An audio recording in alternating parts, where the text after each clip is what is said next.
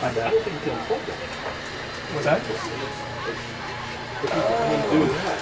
Oh, Oh, wow. Okay. You know what I mean? Like, I didn't think of that. Talking about that. Like, I was thinking let's talk at halftime. What about if he came up here and announced just the senior rec up Perfect. here, and then went down? That'd be. Can he announce from up here? He can announce the senior rec, and then they'll go down and do the game. Yeah. Perfect. But he can feed into the PA system from up here. Yeah, it's wireless. I'm pretty It's sure. wireless. Yes, That's perfect. that's what I'm thinking. That would I be think awesome. that's great. Because, yeah. like, I think if you unplug from that magic box there, it loses. It's the gonna last lose. string. It will, because Yeah. we had the issue with the last week with the boys game and the power went out. Oh really? Yes, and we had to unplug it and plug it back in like 10 times because it was. Yeah. It's like I don't even understand how it works. It's just, Yeah, I wouldn't mess with it. Plus the view and everything else. And let me see if this mic will work. Thank you. Welcome to JV Girls Lacrosse. We've got Mount Lebanon tonight playing Hampton.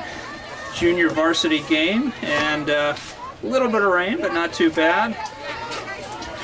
We're getting a little bit of a delayed start here. Apologies, but the action has just begun. We're 30 seconds into the game, 0-0, and we might see looks like a penalty called there on Lebo, and ball in the stick of Hampton's goalie, looking to clear. This is a replay of a game a couple weeks ago, is it not? They played a JV game that night. I believe you're correct, Mark.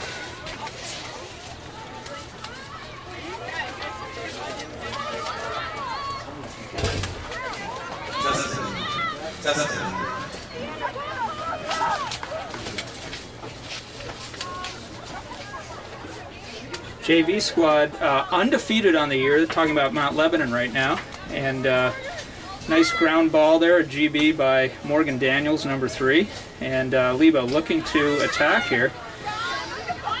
Nora Austin covered, double covered, and back to the X for Lebo. Nina Harpster with the ball, looking for a cutter, trying to find one.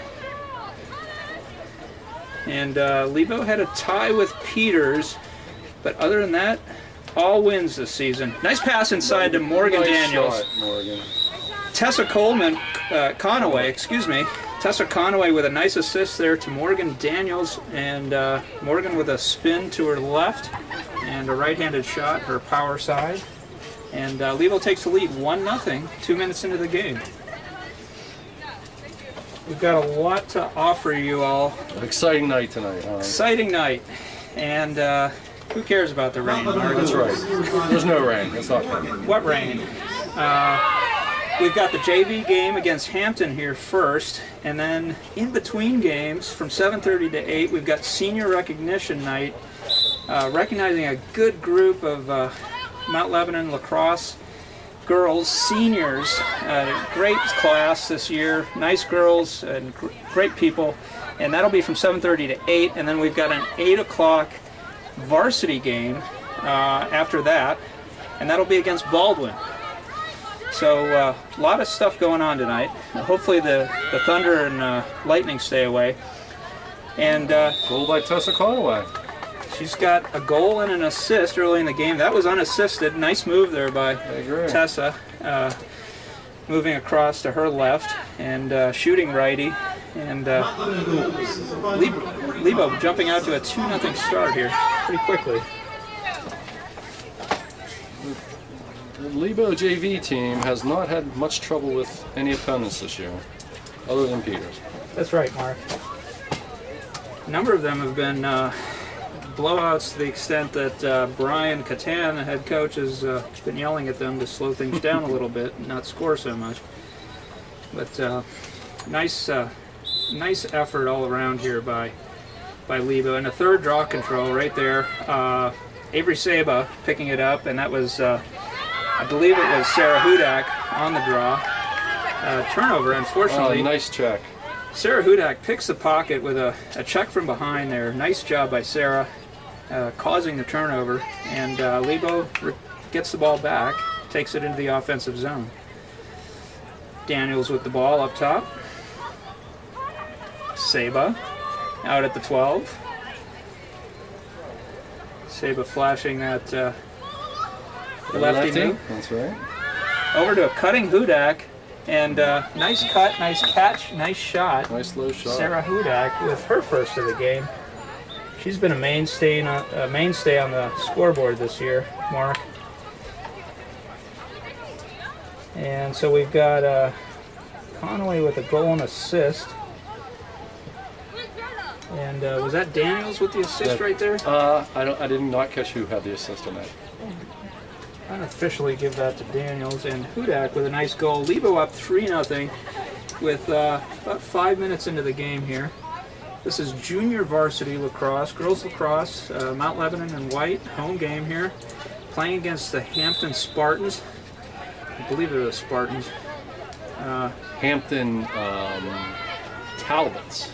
I was thinking of Hempfield, Mark. Sorry about that. To all the Hampton viewers and any Hempfield viewers, which would be strange but possible. And draw control there for Hampton. Nice job. It's 3-1 on the draw control for Lebo at this point, and Hampton's got it back in the X behind Lebo's goal. And both the offense and the defense are set. Trying to roll the crease, and does. Oh, nice goal there. Quick footwork there, and quick move, and a powerful shot. He was number 25 of Hampton. Well done by her.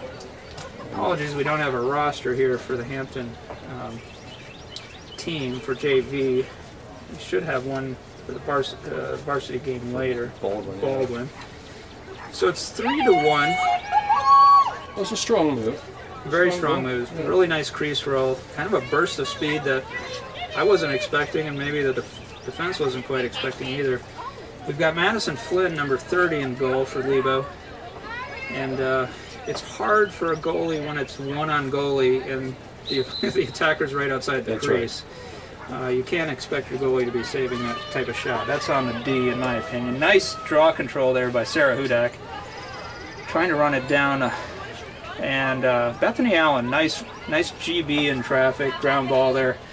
Crosses over the goal line, Nice extended, pass inside to Morgan Daniels. Daniels trying to break free, double covered. Smartly pulls it out. Does the right thing, that's right, pulls it out. And passing around the top are Hudak over to Conway.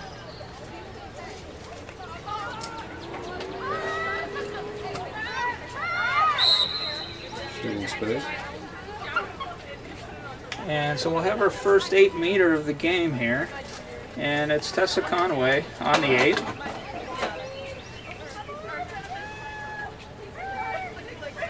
See if Tessa takes a shot here. Not a bad position. Tries to beat the defenders, and she does. scores. That's Beautiful good. Nice shot. Low left on the goalie. Nice shot there, unassisted. Yep. Tessa Conway, 8-meter. Good job, Tessa. That's a hard goal for the goalie to defend. She was well covered on defense too. Mount Lebanon goal is scored by number 45, Tessa Conway. Tessa already with 2 goals in this game and an assist. We're only 8 minutes in, 4-1 Lebo. Talking about girls junior varsity team here against Hampton JV team. And nice draw control to herself, Sarah Hudak. Beautiful play there. And up to Saba. Lebo's pushing it in. And Saba sees daylight, beats a defender, and a beautiful shot down low again. Bouncing on the ground, and that was a quick strike there, Mark. Yes, it was. Brought it right down. That's the key of winning those draws. You get opportunities like that. So Saba's first of the night, and Lebo picking it up quickly here. And looks like a nice light rain starting to fall. As long as we keep the thunder and lightning away, I think it'll be a great night. Lots of umbrellas, a few fans hunkered down under umbrellas or just wearing raincoats or ponchos. And nice flip by Daniels on the draw. Saba picks it up. Pass back to Daniels. Another draw control for Lebo. I've got 4-1 on the draw control and 5-1 on the score. It's a game of possession oftentimes. Here we see Marr with the ball, Olivia Marr, and nice pass inside to Nora Austin couldn't quite handle it, and a little bit high for Nora, and Hampton takes it over. In the sphere called, a little too close to the head with Lebo's stick there, so Hampton will get a free position. And Lebo pressuring here on the D, which is what you want to see out of your middies, attackers, and defenders, of course. And they cause a turnover. That's right. Over to Flynn, and Flynn out to Maher. Maher sees Daniels a little bit over her head, and Daniels can't corral the ball before it goes out of bounds. The pass goes out of bounds, it's a turnover, and Hampton brings it up into the, trying to get into the offensive zone, across the restraining line at the 30, and they do. So push there called on Saba. You're not allowed to extend your arms when you're engaged with someone as a defender, unless they're extended to begin with. And Hampton back in the X, looking for a pass, and deflected by Madison Flynn. Nice play by the goalie there. Get her stick on it and deflect it.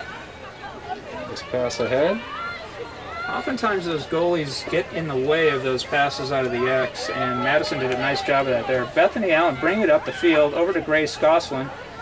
Grace thought about shooting perhaps, but I think sometimes didn't force it. The attack sometimes forgets that the goalie's there as a defender as well. Just not sitting in the goal. I think you're right. I think you think of the goalie as stopping her shot, but not necessarily engaged. And there, interception, nice interception by Grace Goslin. Passes it up to Nora Austin, and Austin with her first goal of the game. Nice, little bit of I think the goalie maybe lost it a little bit out of her stick, kind of blooped it out there, and alert play by Goslin for an assist. Her first of the night, and a nice goal by Nora Austin. Her first of the night as well. So Lebo off to a quick start, 6-1. We're not quite halfway through the first half here. We got a lot of fun for you all tonight, and lucky for you, you're dry if you're listening to this right now, because it is it's coming down a little bit out here. Yes, It's not heavy, but kind of a medium rain right now. Sort of hoping for the rain is going to hold off till after the game started. The varsity game started. Olivia Maher with a nice control there on the draw, and Lebo's up 5-1 on draw controls. Very effective, and a little bit of a disconnect on the pass, and the ball will go over to Hampton there. I imagine it's a little slick for everybody.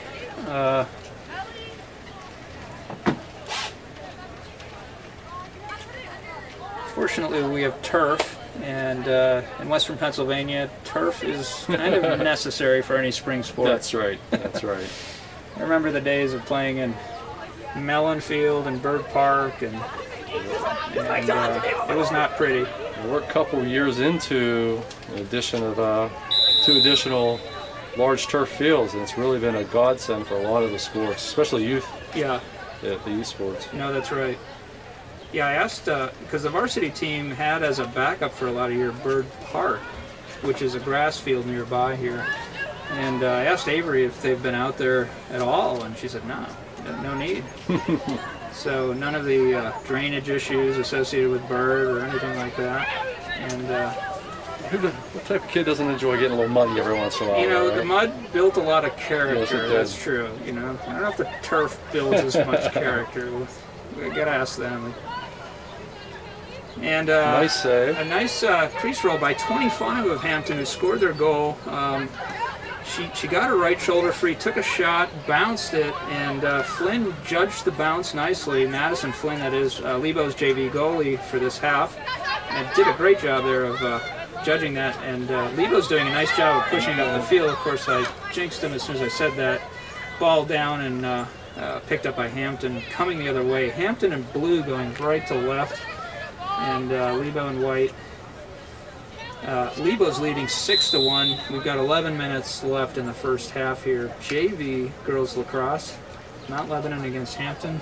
as you said, Mark, it's a rematch of an earlier game this season, and I can't recall the score on that one, but I suspect it was handily won by Yes. Mount Lebanon, as most of their JV games have been. I want to say they're 9-0-1.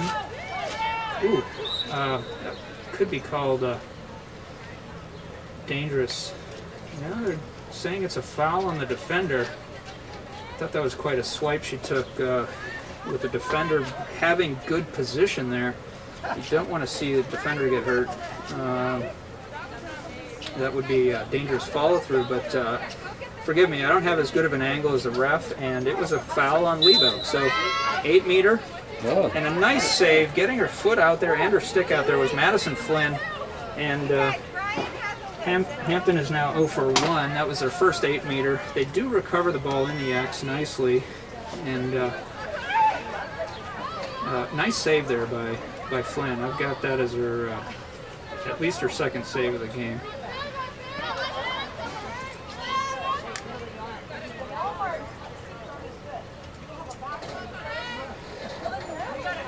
Hampton out at the 12, looking to set up their offense. Mandy by Lebo was help sliding over from the near position. Lebo defenders lined up roughly around the 8. Hampton takes it back into the X. This girl has rolled the crease twice now and trying to do it a third time. Well defended that time. Very well defended. Who was that? Might have been Gosselin at the end there. There was probably another defender involved. But the defense doing a nice job here. And that was number 14 there defending, Olivia Maher. And that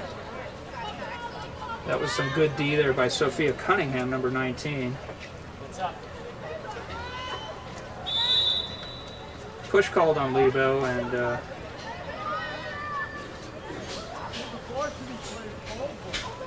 Hampton bringing it inside the critical scoring area, but double teamed by Lebo, and backs it out. And rolling the crease, and a nice check from behind there. And that was Talia Gelman, number 26. With a really nice check from behind, picking a pocket of an attacker, and up to Bethany Allen. Allen sees Harpster in front of the goal. Unfortunately, the pass wasn't, they didn't quite make the connection. The ball rolled into the crease, and of course Lebo can't touch it at that point, so it goes over to the Hampton goalie. Nina was open there, they just didn't quite make the connection. On the clear, Sophia Cunningham picks up the GB ground ball. And nice pass up to Tessa Conaway, excuse me. Olivia Maher back in the X, looking for a cutter, finds Gosselin. Gosselin's double teamed, but sees Daniels. Daniels is open, she gets double teamed. And Lebo showing good patience there, not forcing the ball. That's right. And backing out of those double teams, making a pass. So ball back up top. Hampton defender really extending. That can get you in trouble. But Daniels passes it around, and Lebo isn't able to take advantage. Olivia Maher at the 12 right now, looking for a passing partner. Nice pass to Bethany Allen. Bethany was well defended there, but did get her shot off. It sounded like somebody got a stick on it. I was thinking the same, Mark. It looked like the velocity wasn't quite there, indicating someone got her stick on the shooter's stick. Nice redefend here, really nice redefend. That was 27 Eliza White and 14 Olivia Maher there, defending, pressuring hard, and causing a turnover. So back to Lebo, up to Harpster. Harpster grabs the ball this time, and shoots right at the crease and tiptoes around and makes sure she doesn't cross over the crease. Beautiful pass and shot right there. Can't blame that on the Hampton goalie. No way to defend that shot. So Nina Harpster, her first of the night, 7-1 Lebo, just under 6 minutes here. it's great to be out here, rain or shine. You know, we didn't have a season last year, so It's true. Take this anything is you all can. this is all gravy. That's you know, right. we could not be playing right now, and yet the girls are out here. It's 70 degrees, a little bit of rain, so what? And it's really fortunate that we have this, and we got a great program here too.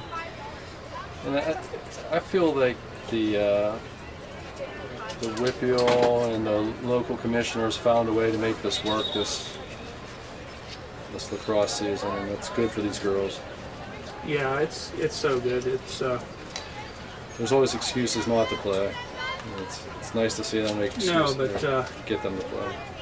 trying to apply some rigorous thinking to it. How can we do it so that the girls have their season and be safe at the same That's right. time? Not like you said, not just falling over at the first reason not to do it. Right. But trying to find safe ways to do it. They did a good job of it.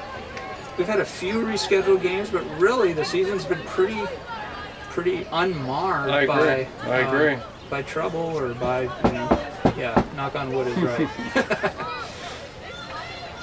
We got still a lot of lacrosse coming up this season, even though it's in May already. Oh, off the post. Nice shot by number 2 there of Hampton. Hits the pipe and scramble in front of the goal. And Sophia Cunningham with a nice ground ball there in traffic comes up with it, passes it over, and number 25 of Hampton read her eyes, knew where she was going, and jumped in for the interception. She passes it inside. Number 40. Number 40 not seeing anything. Well defended there by Nora Austin. And Lebo's defense doing a good job. Only 1 goal so far for Hampton. We've got just under 4 minutes left, so over 20 minutes transpired here in the first half. And a little side backhand, Get a little fancy there. little mustard on that. Missed the goal wide though, so I mean part of that speaks to the good positioning of the Lebo defender in my mind, that she didn't have anything else except some kind of backhand no-look scoop shot at the goal. Unfortunately, Lebo brings it down, and a little bit sloppy on the passing there and the catching, and passes it away, and Hampton brings it down back into the offensive zone for Hampton.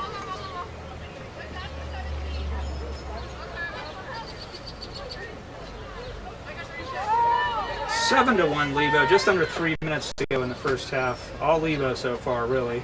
A couple nice plays here and there for Hampton for sure, but other than that, it's all Lebo. That was a nice looking shot there across the Yeah, bottom. nice little spin and a lefty offside, offhand shot there. You'd like to see those left-handed shots. Eliza White with a nice ground ball there. Passes it up to Nora Austin. Austin up to Olivia Maher. Maher has Conway open in front of the goal. Conway with a hard shot. Beautiful shot there. Everyone throw your hats in the air. Tessa Conway has a hat trick already in the first half here. 2 minutes to go. Lebo's up 8-1. Good looking movement down the field on that series of plays. Absolutely, Mark. It's a lot harder to score oftentimes once the defense is set and everybody's down there. In my opinion, you want to push the ball down just like the JV team did right there. And we always used to talk about how the ball moves faster than people's feet. So pass, shoot. You can do it in 5 seconds. You can get the ball all the way down the field and shoot. And Lebo did that right there. It was really, really nice. Hampton wasn't set, and Conway had defenders coming in, but really had a clear shot on goal. They weren't set up. Hampton defense was not ready. They were scrambling. That's right. So 8-1, minute and a half to go here. JV game, and JV looking good as usual. Hampton probably hoping to get another tally before halftime here. Not having any luck penetrating, although now they do. Check from behind, nice check by Sarah Hudak, and nice pickup in traffic by Sophia Cunningham. Leaves it off inside the crease for Madison Flynn, the goalie. Flynn passes it out to Hudak. Hudak up to Daniels. Daniels at the 30. Up to Saba, ball down. but picked up by Austin.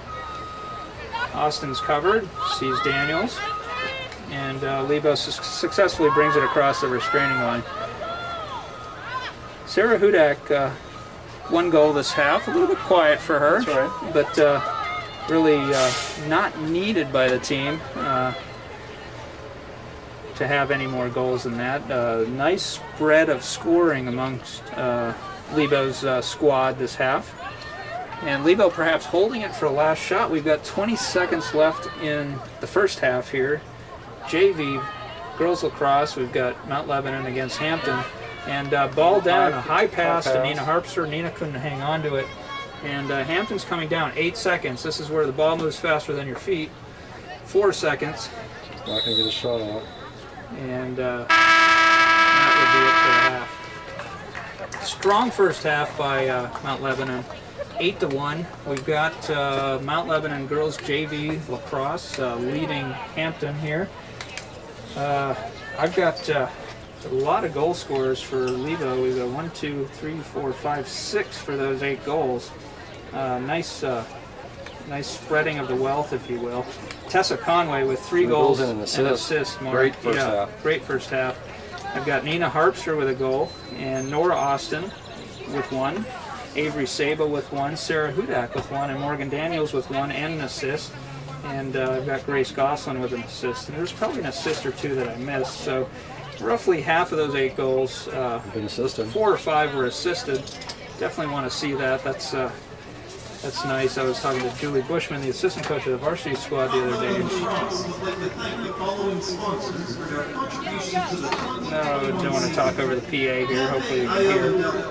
Chamberlain and McCreary Realtors, Climatech, Flynn Glambar, Fort Dick Capital, G6 Builders Construction Company, Hood Orthodontics, J&A Landscaping, Law Offices of Volga Salvatore, Reisinger, Comer, and Miller Law Firm, Riley, Hewitt, Whitty, and Romano Law Firm, Rolling Lambert Building Company, Taco Diablo, The Porch, The Saloon, Tom's Pizza and Wings, Wendy Williams and Associates, Attorney at Law, White Realty Advisors.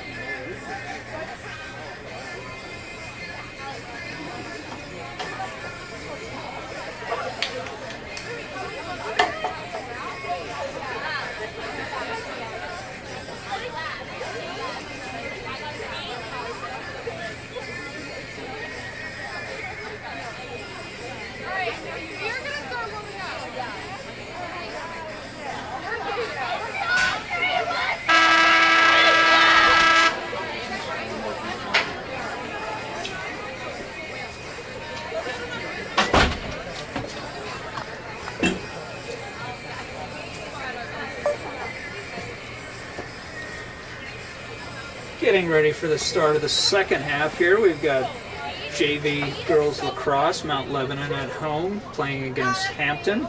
Lebo in white, Hampton in blue. And halftime score, Mount Lebanon 8, Hampton 1. Pretty much all Lebo that first half. 5-2 on the draw controls, and we'll see what happens here. Sarah Hudak with a nice control to herself, and Lebo continuing really to dominate the possessions and dominate the game.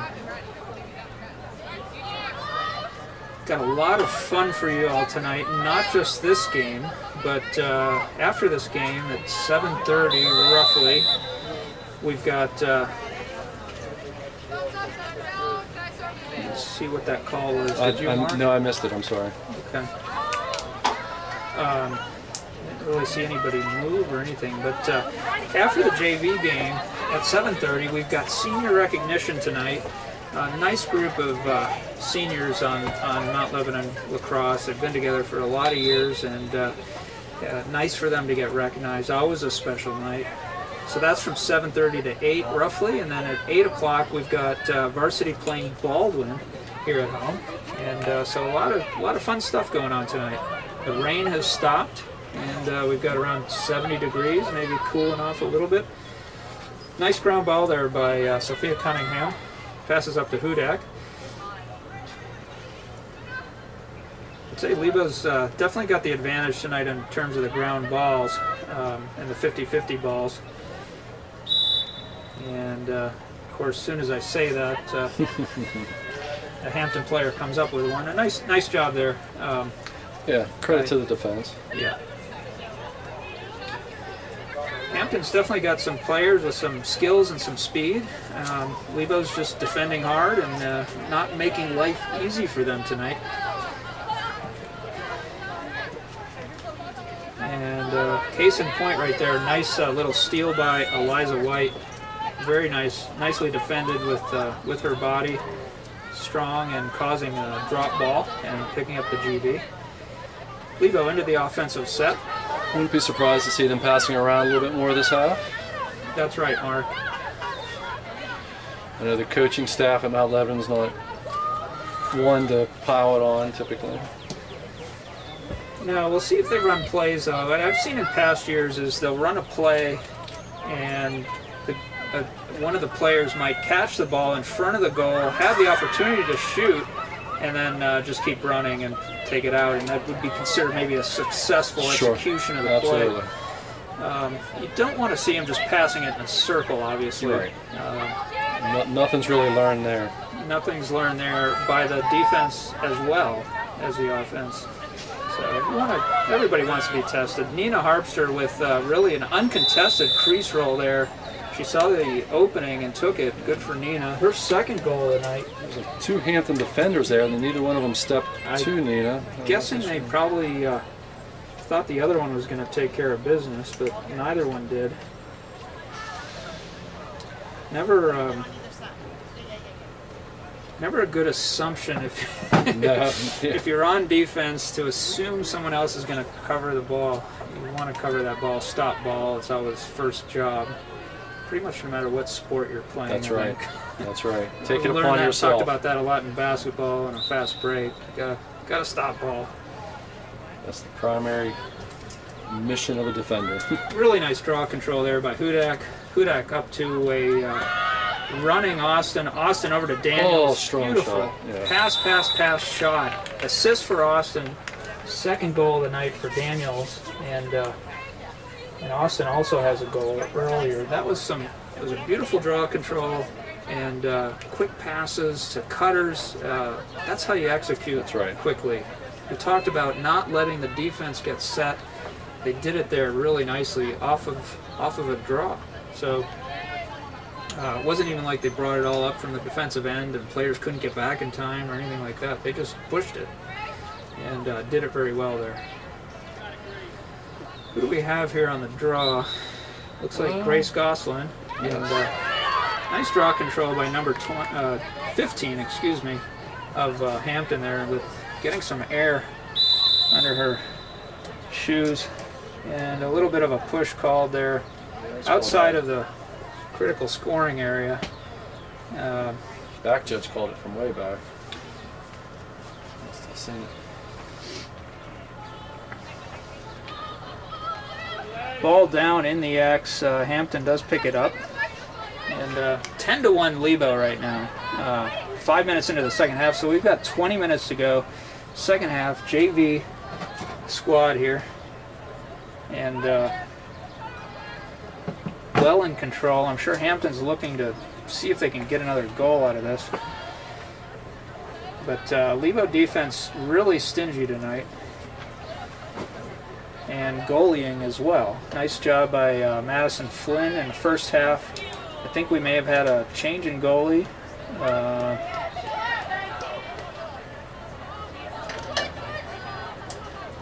Can't quite catch a number right now.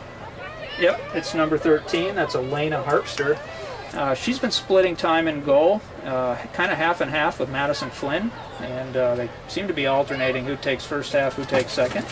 Both of them doing a nice job, Mark, in goalie. The whole year. Yeah, the whole year.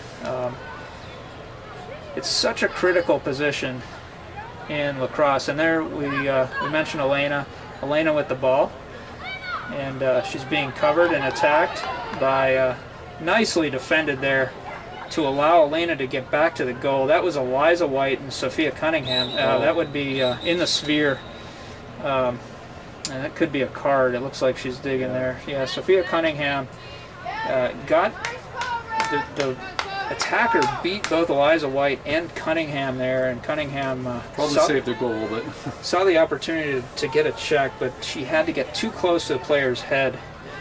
Think about Buzz Lightyear. All these players in girls lacrosse have a bubble around their head. You can't get your stick inside that bubble, otherwise there's a foul called in the sphere. And a powerful shot there by number 25. That's her second goal of the night, scoring all the goals for Hampton. Sorry we don't have her name, but very nice shot there. Well done by number 25 on the, that was an 8-meter, I believe. So Hampton's 1 out of 2 on their 8 meters for the night. So 10-2, Mount Lebanon leading Hampton here. And we've got senior recognition coming up in between the games. That'll be in about 18 minutes. Recognizing Lebo's seniors, and knock on wood, the skies kind of cleared up a little bit, and we might have some. Is it 8 seniors or 9 seniors this year? That's a good question. That's a pretty big class. 1, 2, 3, 4, 5, 6, 7, 8, 9. 9 seniors. That's right, Mark. It's a big class. Draw control there, I think, by Lebo, but turnover. And Hampton bringing it back left to right here. Really nice senior class in a lot of ways. I've known a lot of these girls for a long time. Unfortunately, one of them did recently tear her ACL. That's Bridie Kane, a starter at Midi. Tore her ACL in the Cannon Mac game at the beginning of the game just a week ago. She is scheduled for surgery next week, and but tough way to You don't want to see that to have your, anybody. you know, after not playing last year. I mean, our hearts go out to Bridie for sure, and certainly wish her a speedy recovery after her surgery next week. But really nice team of nice varsity squad this year for Lebo. Nice move there by Bethany Allen. Nice dodge. Pass up to Avery Saba. Lebo on the move, pushing it again. Really, as we said, we like to see that. Wow. Beats her defender, Avery Saba does, and a beautiful hard shot there in the lower right of the goal. Avery's second of the night, unassisted there. Really nice, nice play there by Avery. nice, as we talked about, for Lebo to push the ball up the field on that one. We've got 11-2. 11-2. 16 minutes left. Again, Ons not allowing Hampton any time to set up any sort of defense. No, I wonder. You almost wonder if they've talked about pushing that a little bit more this past week. I also think in a lot of these games, Mark, I think back to the youth programs. Like, I can't help but think about that in the JV squads especially, but even in the varsity squads. Lebo's full up. They're trying hard not to turn away players down at the first grade level in their youth program right now. And, you know, those players come into high school ready to play. Yeah. I mean, these 7th and 8th grade teams are dominating in Western PA. You know, they tend to be first or second in the area every single year. It's really impressive. Yeah, we're playing against similar sized schools, and we show up, and it's obvious that these young players are way better. They just appear more skilled at this level, at this age, Yes. coming into high school than other schools. And that, like you said, it's a reflection of the strong youth program and the people involved and who run it and volunteer for it. It's not. And certainly we don't want to take anything away from the coaching staff, and mention the coaches now. Head coach Brian Catan, Julie Bushman doing a great job, Sarah Lamphere, and then Kat Murphy for the JV squad that you're seeing right now play. So great job by them as well. But we also want to give credit, because lots of times you don't hear about the youth program when you're watching high school sports, but that's what's happening here. Kristen Reisinger is the Lebo Lax commissioner, and hats off to Kristen. She's been paying her dues and helping make this program an excellent one for years now. Tim Murdoch, high school girls commissioner. Erin Bettler is the youth girls lacrosse commissioner. And credit to Erin, and thank you to all those volunteers for all their work. And Mount Lebanon girls lacrosse. You may be able to see on your screen some of the seniors and the varsity squad warming up and making some noise and having some fun. Hampton back to the game here, streaking down the field left to right, but nicely defended there by Maher. Not showing, not giving any opportunity there. And but Hampton retains possession. They're out at the 12, and their offense is set. Lebo's D is set, and we'll see who prevails in this battle. Number 2 back into the X. Is that an unusual spot for the referee to be standing? That's a good question. A little close to the action. Is that what you were thinking? Yeah. And a nice shot there. I was going to be a little nitpicky and say how long number 2 is holding onto the ball, but she had a beautiful crease roll there and a nice shot, Nice low lower right in the goal, unassisted there by number 2. That's Hampton's 3rd goal of the night, and well done, very well done by her. Again, we don't have the numbers we don't have the names to go with the numbers for Hampton's JV squad, but number 25 scored twice, and number 2 has scored once for Hampton. We're watching girls junior varsity lacrosse here. We've got 11-3, Mount Lebanon over Hampton. We're halfway through the second half. We've got 12 and a half minutes left, and we're gearing up in a few minutes at the end of this game for senior recognition of the seniors in Mount Lebanon's program. As Mark pointed out, 9 seniors in this program, and we'll do that from 7:30 to 8 roughly, and then we've got a varsity game against Baldwin at 8 o'clock. Beautiful check from behind by Avery Saba there. And unfortunately, they don't connect on the pass, and the ball's Still down. Picked up, nice TD there by Sarah Hudak, number 12. Sarah's looking for a passing partner, and unfortunately, Nora Austin doesn't have eyes in the back of her head. Didn't see Tessa Conway wide in front of the goal, but Lebo getting reset. Grace Goslin was open inside the 8-meter, calling for it aggressively. But ball down. Morgan Daniels controls it nicely.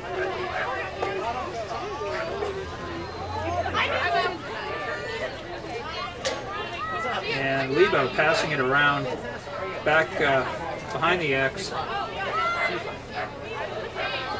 You're right, Mark. This ref on this end is not sort of 10 feet from the That's goal right, where that's the right. players are trying to roll the crease. Nice pass nice inside pass. to Sarah Nice Hudak, catch. and Nice a goal. beautiful catch, a jumping catch by Sarah, and a shot there. I didn't quite, was it Saba on the assist? But I'm not sure there.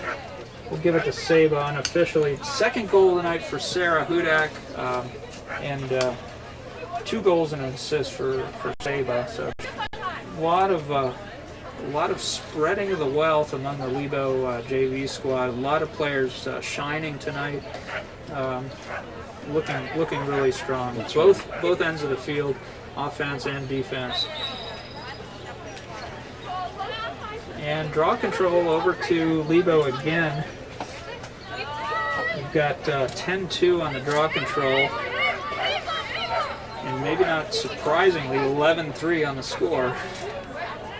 Game of possession, and the way I look at it, especially without a shot clock. We've talked about that a little bit, but if you don't have the ball, you can't score. So, As you said many times, the game of possession, and you see it again and again.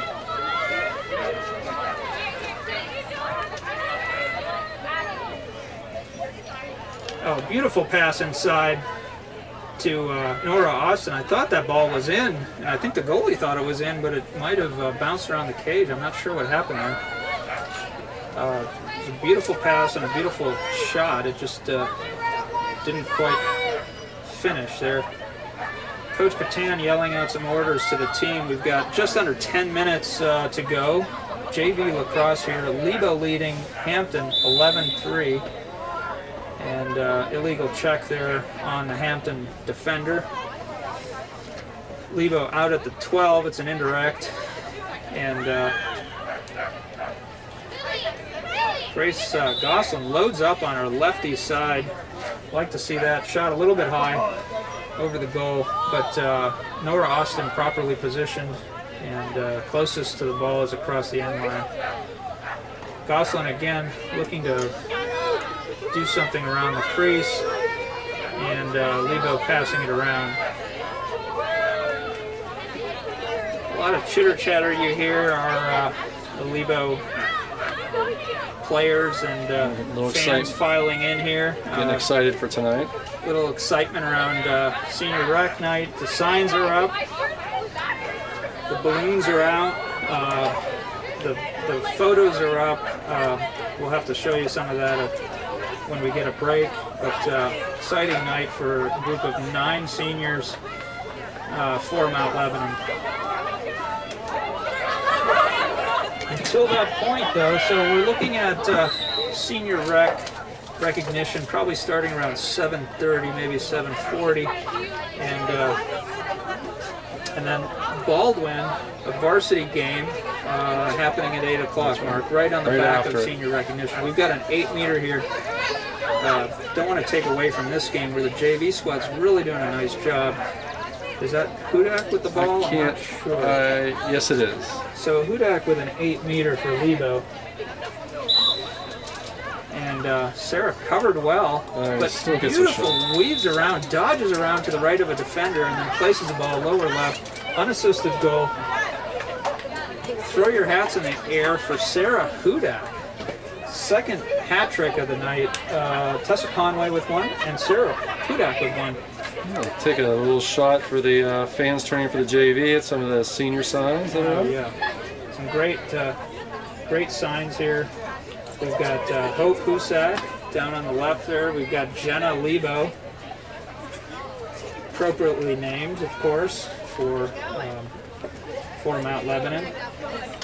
Sarah Tabak, the red sign there. We've got Jen Kumis going to Miami, University of Miami, not Miami of Ohio, where Sarah Tabak is going.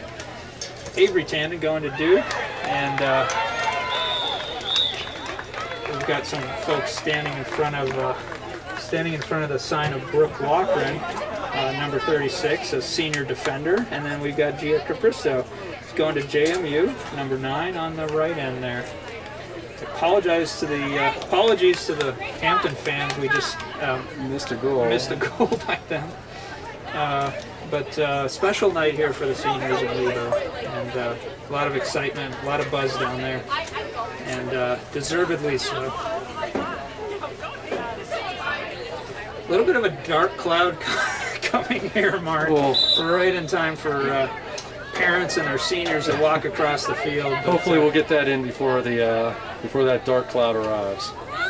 You know, For everybody Pittsburgh in involved. spring, you can't say you're surprised that it rains. No. It's what makes it beautiful and green and lots of flowers here. So And to be honest with you, we've been so lucky the entire season. We haven't had a no, that's right. bad night. Yeah. No, I remember years with snow. I remember, obviously thunder and lightning calling games. Certainly hope we don't get any lightning or thunder this evening. And Grace Gosselin, beautiful move to her left, her offside. Grace with a left-handed shot, unassisted there, really showing off her speed and her skills.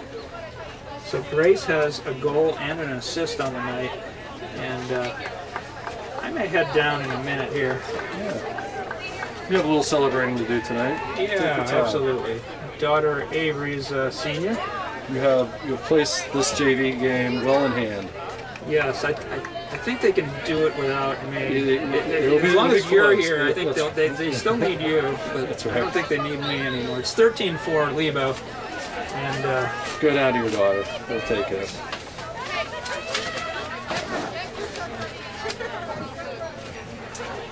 All right, just over 4 minutes left.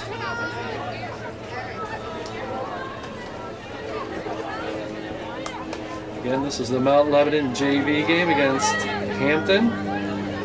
We have the varsity game coming against Baldwin, and more importantly, we have the senior rec night coming up immediately following this JV game.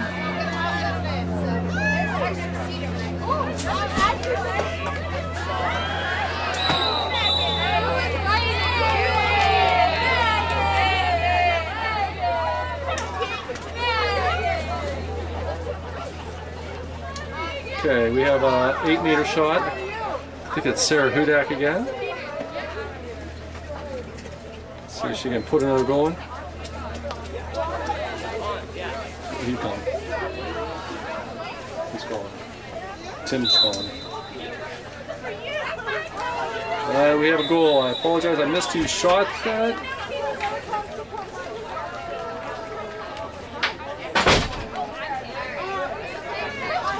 Another goal by Mount Lebanon.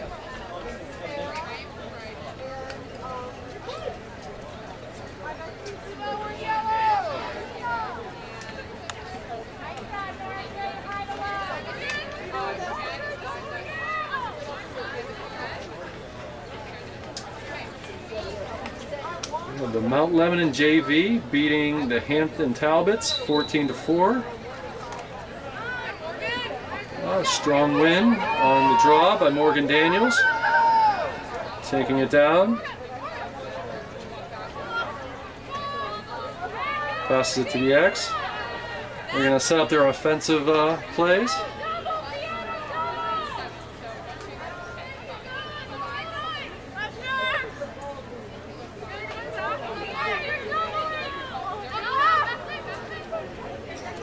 The rain, unfortunately, is starting to come down a little bit harder. You can start seeing the umbrellas popping up in the stands. Just under 2 minutes left.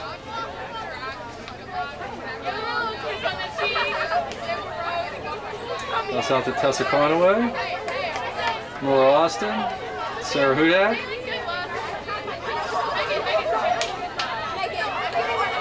Playing keep away now. Mount Lebanon's trying to run down the clock. Again, I want to remind everybody we have the senior rec night starting shortly after the end of this JV game. So you'll hear about all the great varsity players that are graduating and going on. Some really great colleges represented on these signs down below.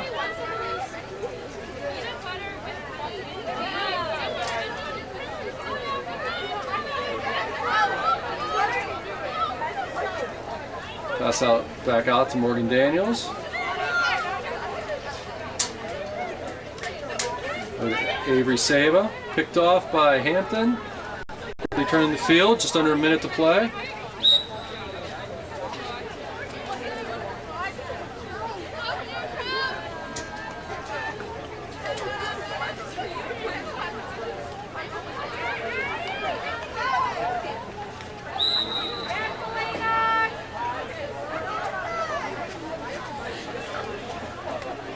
We have a shooting space foul.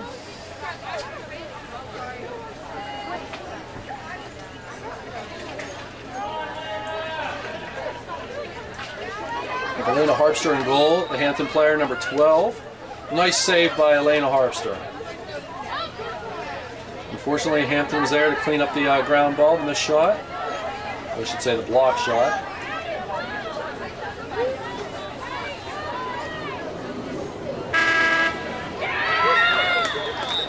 And that is the game, folks. Final score, I'm not sure if that last goal counted, 14-5. Mount Lebanon JV defeats the Hampton Talbot JV team 14-5.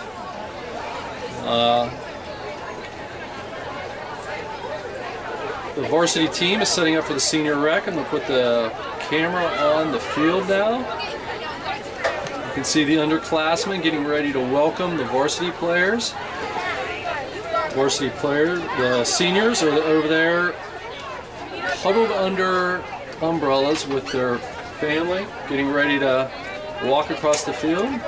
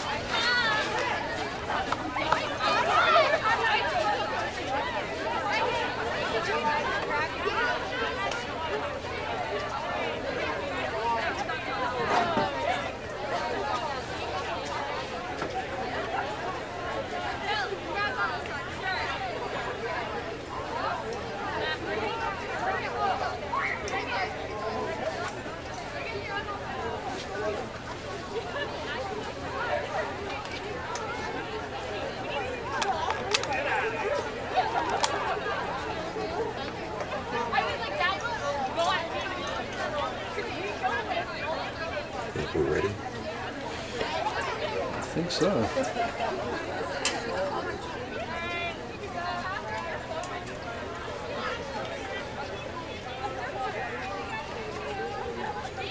Please say I go. I think they're ready. What do you think? 1 second. As soon as I get that.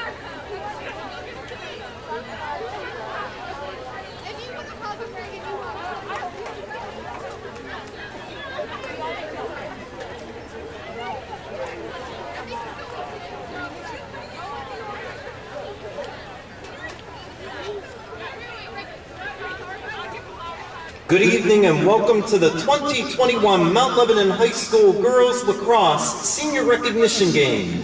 We have 9 Blue Devil seniors that we are acknowledging tonight for their dedication to the Mount Lebanon Girls Lacrosse team. First, we would like to acknowledge the 6 Baldwin seniors that we will be playing tonight. Number 8, Brooke Shannon.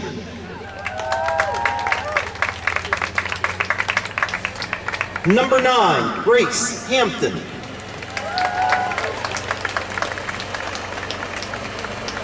Number 17, Katie Iwanek.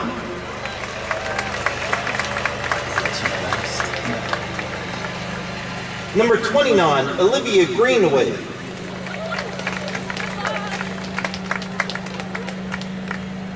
Number 26, Taylor Minson.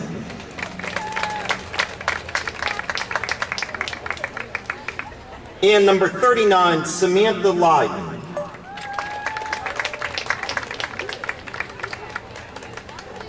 To kick off our ceremony, we would like to share a special message to our seniors. It is titled An Open Letter to Every Athlete on Their Senior Night. Don't cry because it's over. Smile because it happened. For many of you, today was a day that you had always wished would come sooner, only to find that when the day arrived, wishing for it to come was the last thing you truly ever wanted. When stepping out onto the court or field or rink for the very last time today, take a moment to stand quietly and look out into the crowd. Look to your teammates, to your coaches, and to your fellow seniors, and remember the way this made you feel. As this feeling, you will remember for the rest of your life. Today and every day moving forward will be filled with memories that will last you a lifetime. Today is a day bound to be filled with endless amounts of tears, both happy and sad, so let it be. Let these feelings consume you and serve as a reminder that no matter where you may go in life from this very moment, that you have made a family of your own, that you have changed the lives of others by simply just being theirs. That all the little things were really big things, like the nicknames you had for your teammates, or your favorite song to sing in the locker room before a game. These things that never seemed to mean anything at the time are all the things that you will carry with you when you leave this place you call your home away from home. On this day, years from now, you will not remember the wins and losses of each season, but the people that took this journey with you and never let you look back. The teammates that picked you up and carried you through the good and the bad of each day. The ones that taught you to see all the good things. The ones who never let you down, and the stupid things you did, mainly because they did them with you. And even the ones you couldn't stand 99% of the time. You will remember the coaches that pushed you and never let you give up. You will remember all the times they yelled at you and made you run until you couldn't walk. The times that they depended on you to be the leaders we all knew you could be. But more than any of that, you will remember the opportunity they gave you to play the game you learned to love. The game that changed your life.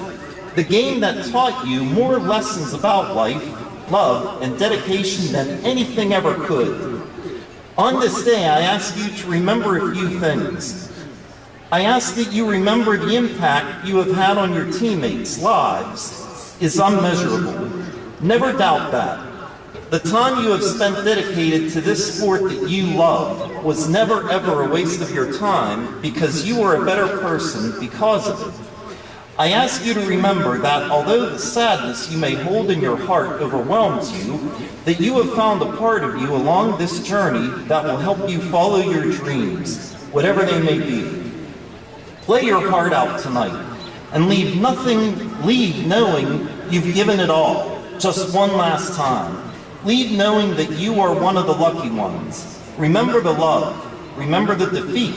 Remember the laughs and the tears. Remember the battle wounds. Remember this feeling always and forever. Best of luck from your biggest fans.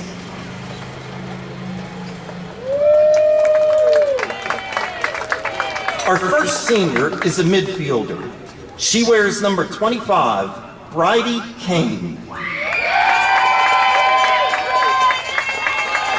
Bridie is escorted by Kate and Sean Kane. Next year, Bridie plans on attending Penn State University. Her favorite lacrosse memory was winning the section against USC her freshman year in overtime. You would be surprised to know that Bridie has 2 different colored eyes. In 10 years, she plans on having a family, a good job, and is able to travel. Her advice to the younger players, give every practice and every game 100% and don't take any of it for granted. Just enjoy being with the team and playing the game because it goes very fast. Bridie started playing lacrosse in the 4th grade. Her favorite teacher is Dr. Gullo, and she would like to thank her parents and siblings for supporting her throughout all of these years. She would like to thank her teammates for always pushing her and creating a great environment to come to every day. Finally, the coaches for all that they have put in and for always being there for her. Next up, we have a defender, number 9, Gia Capristo. Gia is being escorted by Wendy and Roman Capristo. Her plans for next year are attending James Madison University, majoring in health sciences. Her favorite lacrosse memory was last year when they had a car parade and drove by every senior's house after the season was canceled. You would be surprised to know that Gia started playing lacrosse in high school her junior year. In 10 years, she plans on being married with a family and living somewhere warm. Her advice to the younger players is to put in extra time and effort because it does pay off. Gia started playing lacrosse in 7th grade. Her favorite teacher is Miss Broadbeck, and she would like to thank her mom and dad for always supporting her no matter what. She would also like to thank the coaches for their time and effort that they put into the team. Next up, at attack, number 11, Jen Humus. Jen is being escorted by Wendy Williams and Mark Humus. Her plans for next year are attending the University of Miami in Florida and majoring in biology on a pre-med track. Her favorite lacrosse memory was the team sleepover her freshman year at Allie's house. People would be surprised to know that Jen knows every word to the song Bust a Move by Young MC. In 10 years, hopefully she will be working in a hospital somewhere sunny and warm. Her advice to the younger players, do not let anyone else define you. She started playing lacrosse in the 7th grade. Her favorite teacher is Mr. Happy, and Jen would like to thank her parents, especially her mom, for going to every game, rain or shine, and her teammates for their dedication to the team.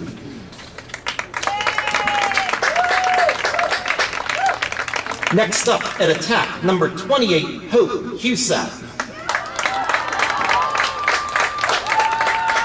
Hope is being escorted by Ginny and Matt Husak. Her plans for next year are to attend Penn State University and majoring in biology on a pre-med track. Her favorite lacrosse memory is when her and Kenzie tried a cool trick in a game but messed it up terribly and couldn't run because they were laughing so hard. People would be surprised to know that she wants to move down south. In 10 years, hopefully Hope will be in medical school studying to become a dermatologist. Her advice for the younger players, high school goes by very fast, so enjoy every moment. She started playing lacrosse in 6th grade.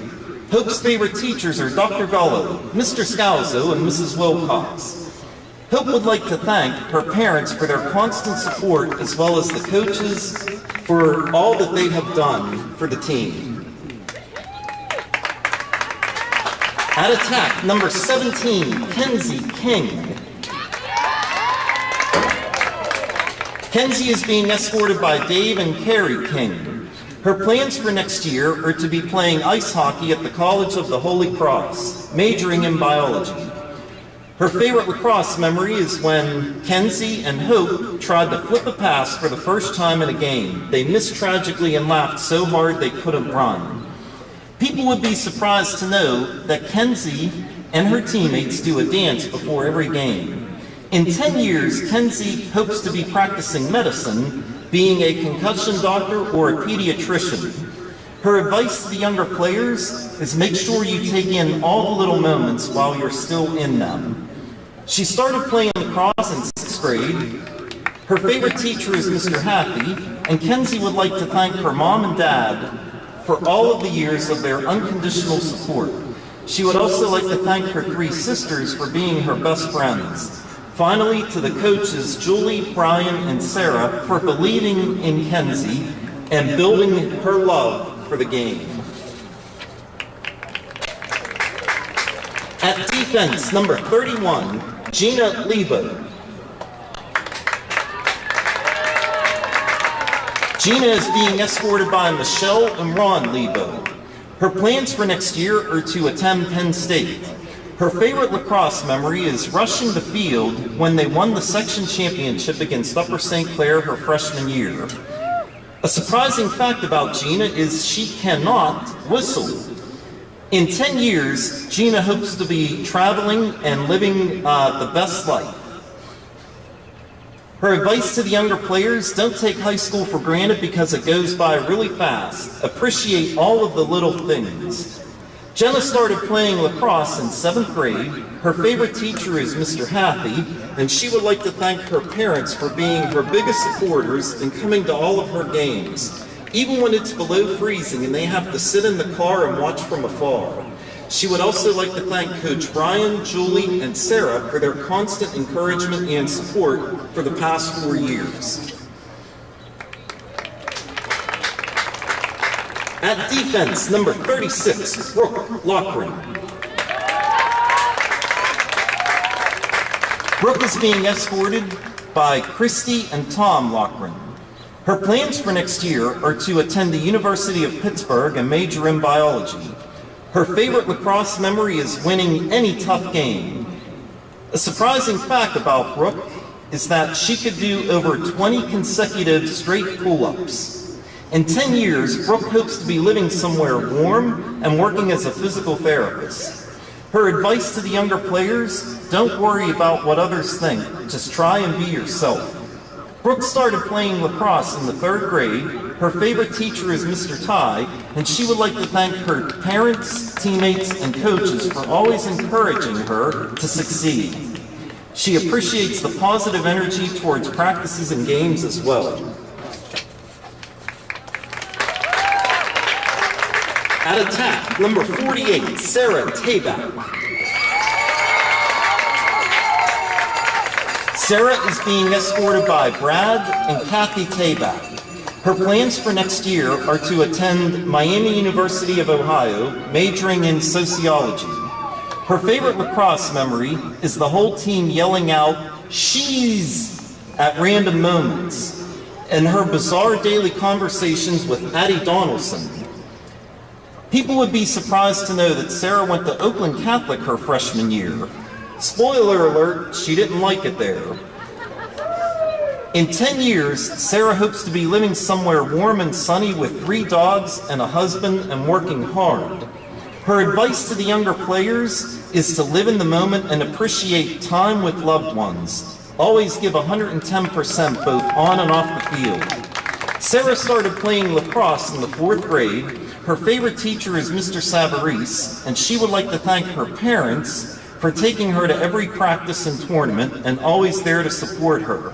She would also like to thank the coaches, Julie, Sarah, and Brian, for taking out their days to come and coach and play the sport that she loves. At attack, number 7, Avery Tandon.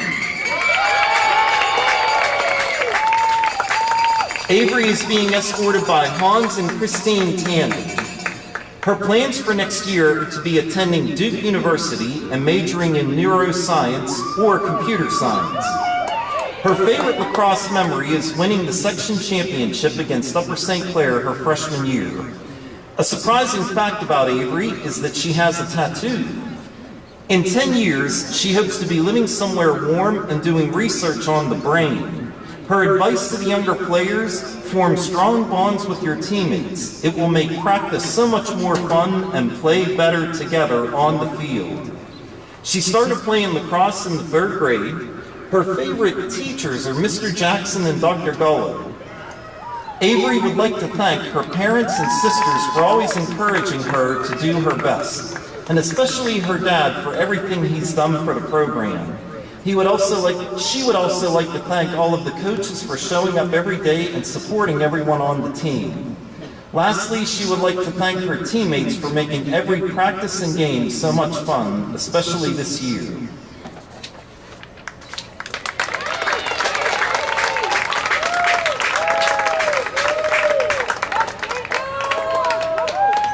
Let's hear one more round of applause for our Mount Lebanon seniors and their families for their loyalty and commitment to the Mount Lebanon High School lacrosse program over the past 4 years. Congratulations and best of luck to you.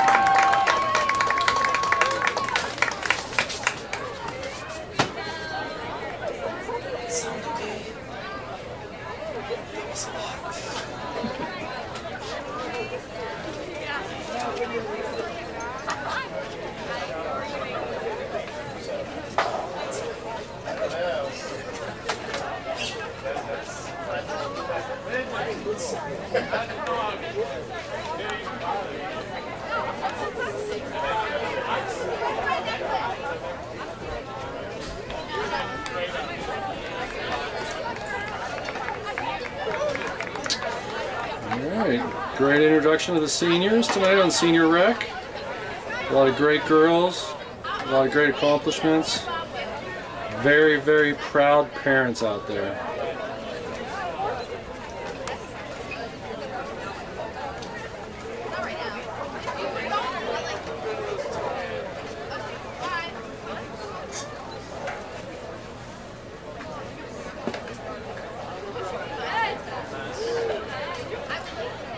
And the rain seemed to have mercifully stopped during the whole Senior Rec program.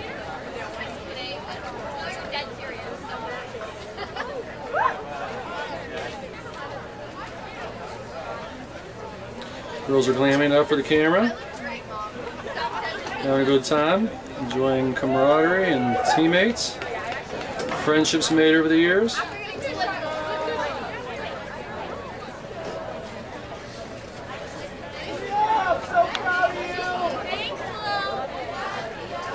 Banter from the crowd. Girls having a good time.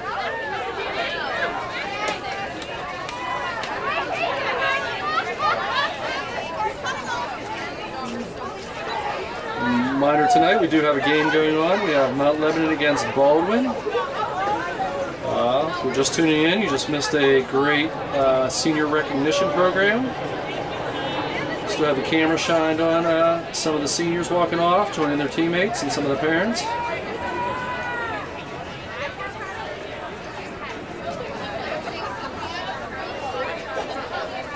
Enjoying their moments, memories that are made, shared.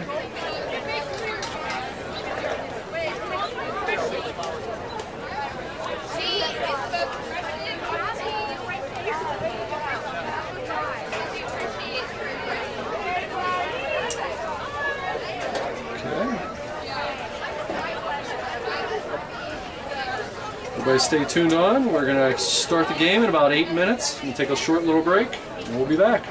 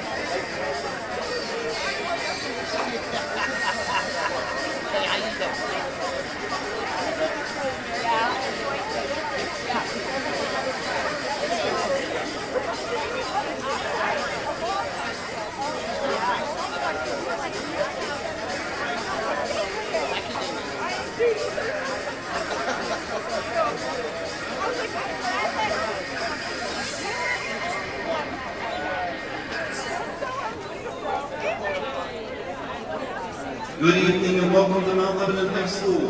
We are excited to welcome Baldwin for our girls lacrosse matchup tonight. Many people have worked hard to make tonight possible, so please join our coaches and student athletes in following the protocols necessary to allow us to compete. Our bleachers are marked with stickers indicating the proper physical distance necessary. Please only sit next to someone in your immediate family. Otherwise, we need to be at least 6 feet apart. Finally, we must be masked up at all times. Thank you. Mount Lebanon, in conjunction with WBIL, works hard to promote good sportsmanship at all of its athletic events. Sportsmanship is pride in your school, your team, and yourself. It is respect for the game and those who play. Please give these student athletes your positive encouragement and support.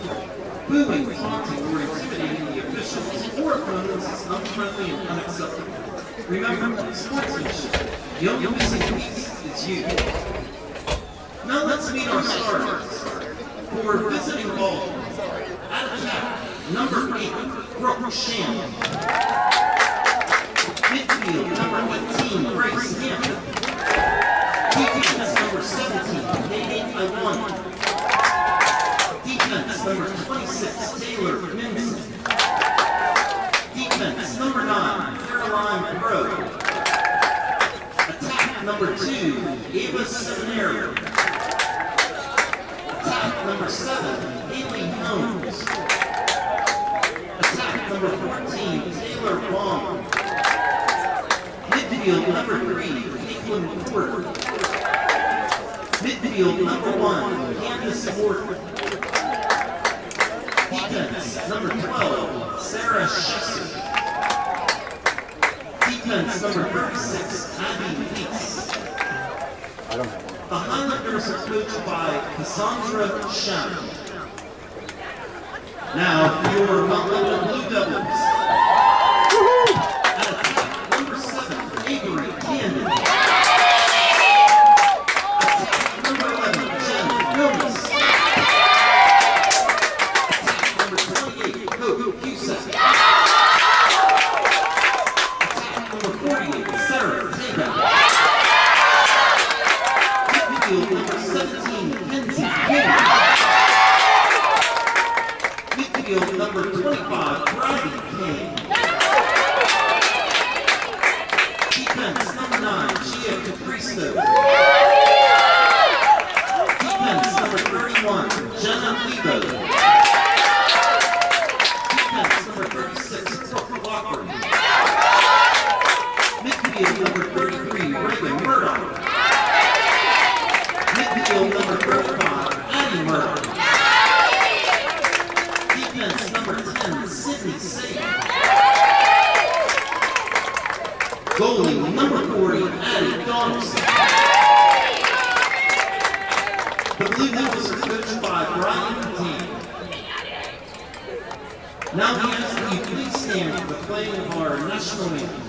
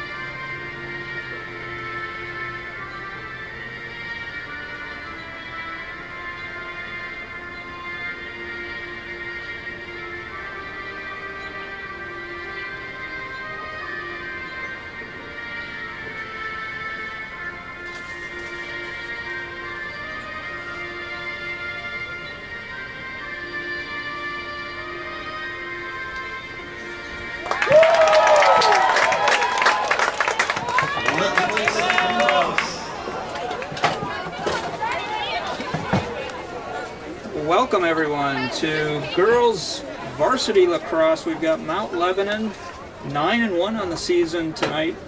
Reed and Mark against a 1-10, if I see it correctly, Baldwin team. Okay. And it was senior recognition night. The last half hour here, really special night for a lot of the seniors. 9 seniors on the team for Lebo, and always a wonderful, wonderful night to recognize a long lacrosse career for most of them, and really special for our parents, including myself. Proud papa in the booth tonight. It's fun. It's always good to hear the the little profiles that the girls put out there, favorite teachers and favorite lacrosse memories. Little hidden or stories, you don't know the whole story behind, and like some of their favorite memories. It's nice to hear everything.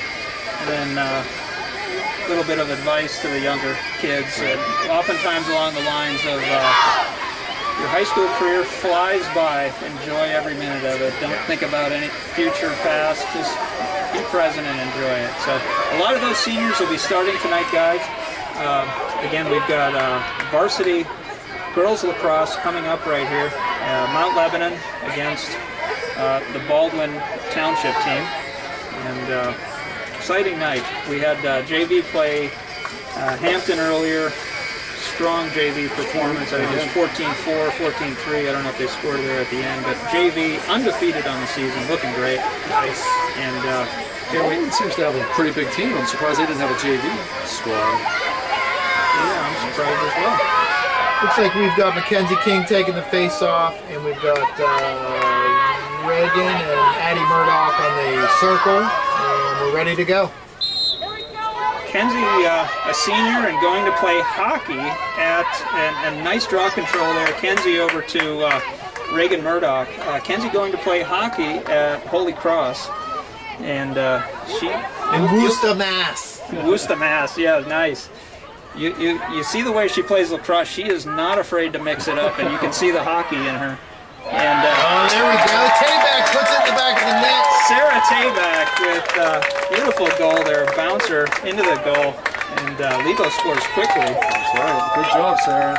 Did she roll the crease? I didn't quite see it. She did. She it rolled happened up so quick. And she bounced the shot in. Sarah has a very nice crease roll. She's been playing attack in a number of games this season, and that's probably her fifth or Mount sixth Lebanon goal, I goes think. scored by number 48, Sarah Tayback. Sarah has a cheering section that's second to none. Still trying to figure out how I get cheers like that, but yeah. Anyhow, draw control there. Addie Murdoch, a freshman, nice job to herself, and passes it up to King. So 2 draw controls for Lebo to start the game. Nice look. Nice. Oh, there we go. Back of the net by Jen Remus, yeah. A nice feed from Mackenzie King. Walk down, fed to the wide open girl. So 2 goals and 2 shots in about 45 seconds. This could be a fun night. Good night to have senior night here. The seniors are having some fun already, guys. Jen with a nice goal there. One lefty to another. Mackenzie King over to Jen, and nice shot there by Jen. Nice placement.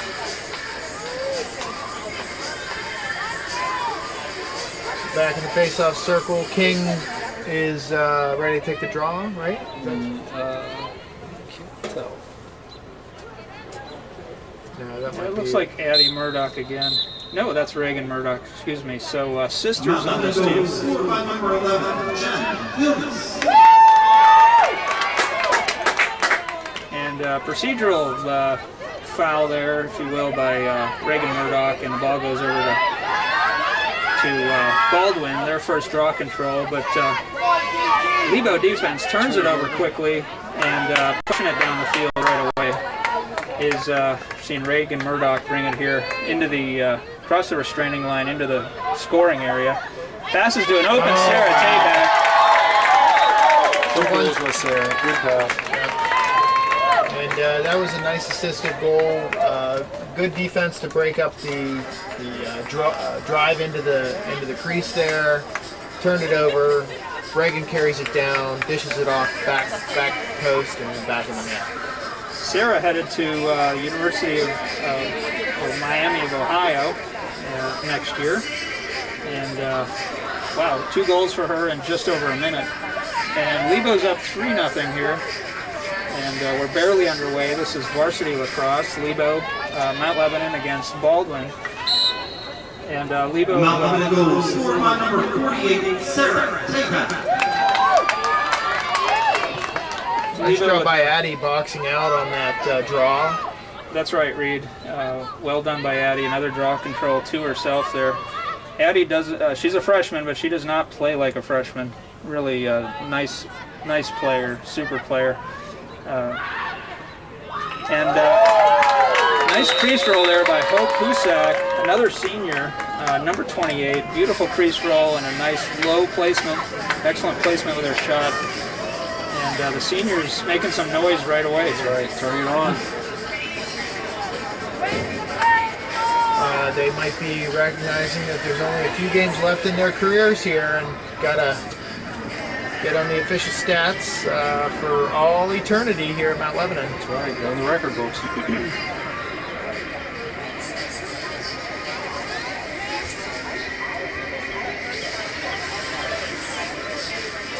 I suspect if this continues, it will probably back some of our players out. Another clean face-off win. Murdoch to Murdoch. There's actually Kenzie King there. You're correct, Reed, over to Reagan Murdoch. But Kenzie, I haven't seen her on the draw ever, but she's doing a nice job. Yeah. And Tabak back in the X, crossing the goal line extended, the GLE, and Lebo's passing it around here, looking for opportunities.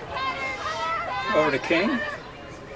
King passes it to a cutting Reagan Murdoch, and nice assist by King. Nice placement on the goal by Reagan Murdoch. Reagan, the clear leader of this team in terms of goals, and leader as a captain of the team as well. Reagan's a junior. She'll be playing D1 lacrosse at American University after she's got one more year here in high school. It's been great to watch her this year. Can't wait to watch her next year. And then she'll be headed off to play college ball, and very deservedly so. I think she's in the mid-30s in terms of number of goals on the season already, which in 10 games means over 3 goals a game. I can't do a lot of things. So another face-off win for the Blue Devils. Reagan Murdoch to herself. She's going to set it up here. I suspect we'll see some more passing by the Blue Devils to work it around here. Yeah, I've heard the coaches don't want to cross the 20 mark in a game. We've got 5 goals in 3 minutes in a 50-minute game. So we'll have to see how this plays out here. But so Lebo definitely passing it around here. Out at 12 is Jen Humes. Over to Hope, Husak, Tabak in the X. Lebo running a couple cutters.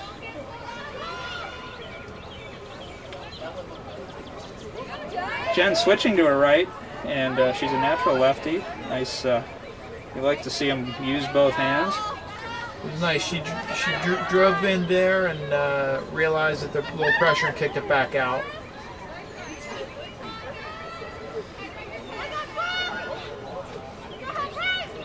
And King beats her defender. And was that a shooting space call? I didn't quite see the ref there. So, yeah. King with a nice, the defender went to intercept the ball and missed, and King's got some wheels and beat her there. She'll have Lebo's first 8-meter of the game, and we'll see what she does with it. She charges a goal, and nice save by the goalie using her feet. Nice, it was a well-placed shot, just Yeah, good save by the goalie. yeah, good save by the goalie there. We'll show you that.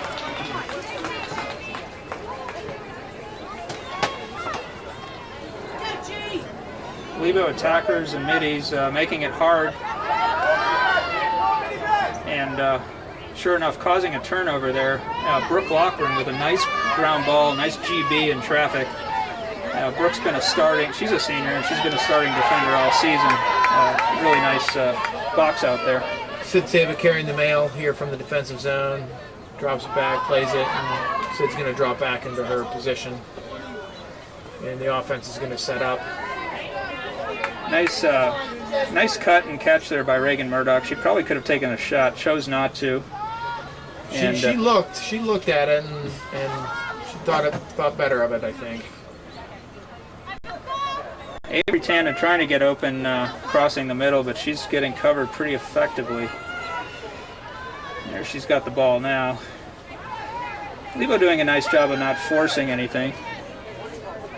And King beats her defender again, and hard shot, nice shot, bouncer, beats the goalie unassisted there.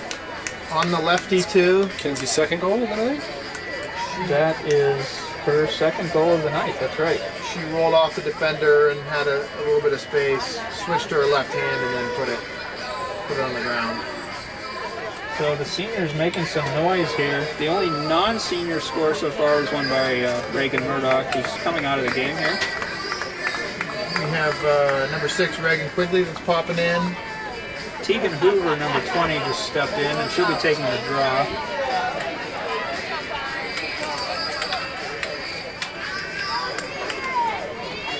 Lebo up 6-0, just over 5 minutes. So. Oh, nice clean win. Mount Lebanon goal, scored by number 17, Kenzie King.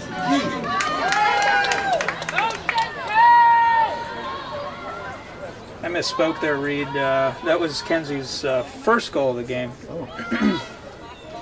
She had an assist on the second goal, I believe. That's right, that's right. Oh, Lebo out at the 12 and passing it around. They're leading on draw control 6-1, and Sarah Tabak rolling the crease, working her crease roll magic there, getting open, chose not to shoot, and Lebo passing it around. Hoover out at the 12. Hoover's a sophomore, and she's, I believe, Lebo's second leading scorer on the season. Outstanding year for Tegan Hoover. Outstanding season for a lot of these Lebo players. Nice mix, as we've talked about before, of upperclassmen and underclassmen, more so than I've seen in 10 years of watching high school lacrosse here. Some really star freshman players, and some star sophomore players, some star junior players, and some great seniors. Really nice team this year. Husak crosses back into the X, looking for a cutter. Out to Quigley. Yep, they're definitely moving their feet here, which is good to see. Being up by several goals, they're not taking it easy. They're working their plays. Baldwin defense doing a nice job of guarding cutters, generally speaking here. And Hoover showing her wheels, shooting space call. This will be Lebo's second 8-meter of the game. They're 0-1 so far, and we'll see if Hoover can draw blood, so to speak, on her first 8-meter of the game. Hoover's got some speed, but the defense collapsed nicely on her there, yep. And she did not have an opportunity to shoot, and she didn't force it, to her credit. She thought about kicking it back high and kicked out of her stick, but she got her own ground ball and reset up the play. So another cutter. Ooh, nice little pass there. Attempted pass to Avery Tannen. She got kind of an empty stick check there, but no call. And the ball goes over to Baldwin. The goalie's got it. Nice clear. She's going to get doubled on the line. And ridden out, the ball's on the ground, but she picks up her own ground ball. And she's got some wheels, that Baldwin player. Nice job bringing it up the field, but now ball down. And Apristo scrambling for it. And the Baldwin player breaks out, goes to goal. Nice D there by Saba to stop ball. Yeah, that was nice. Got to stop ball, as we were talking about during the JV game. And Saba did a good job of that there. Lebo D sort of untested so far this game. We'll see how they do. And the ball down. Stick check, yeah. Foul called on King there. It's indirect. It's outside the 12-meter. And King is quickly on her player, defending again. Smartly gets back in front of her.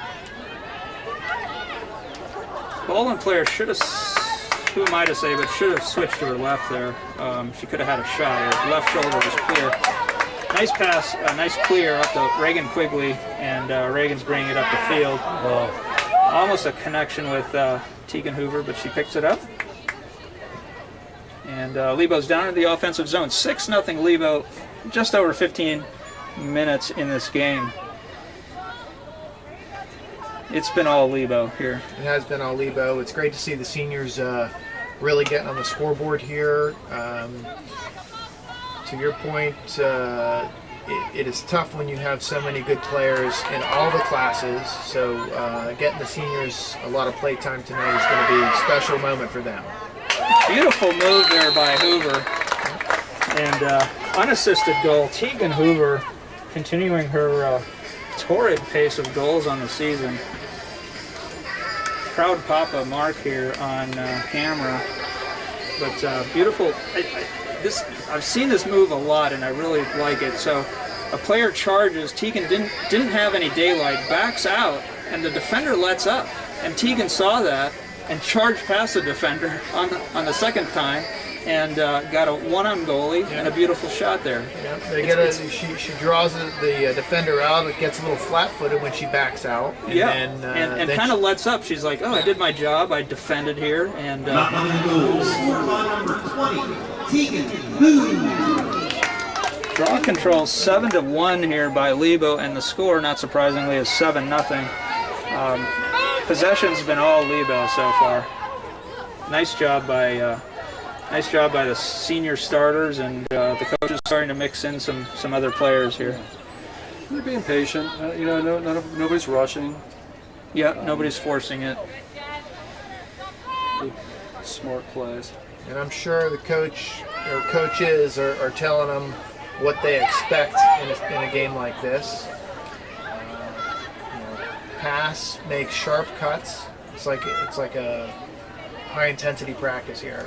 Nothing away from the Baldwin girls, but got a lot of talent up and down the classes here. Ooh, nice little spin. Sarah's feeling it tonight, I think. Yeah, I think so.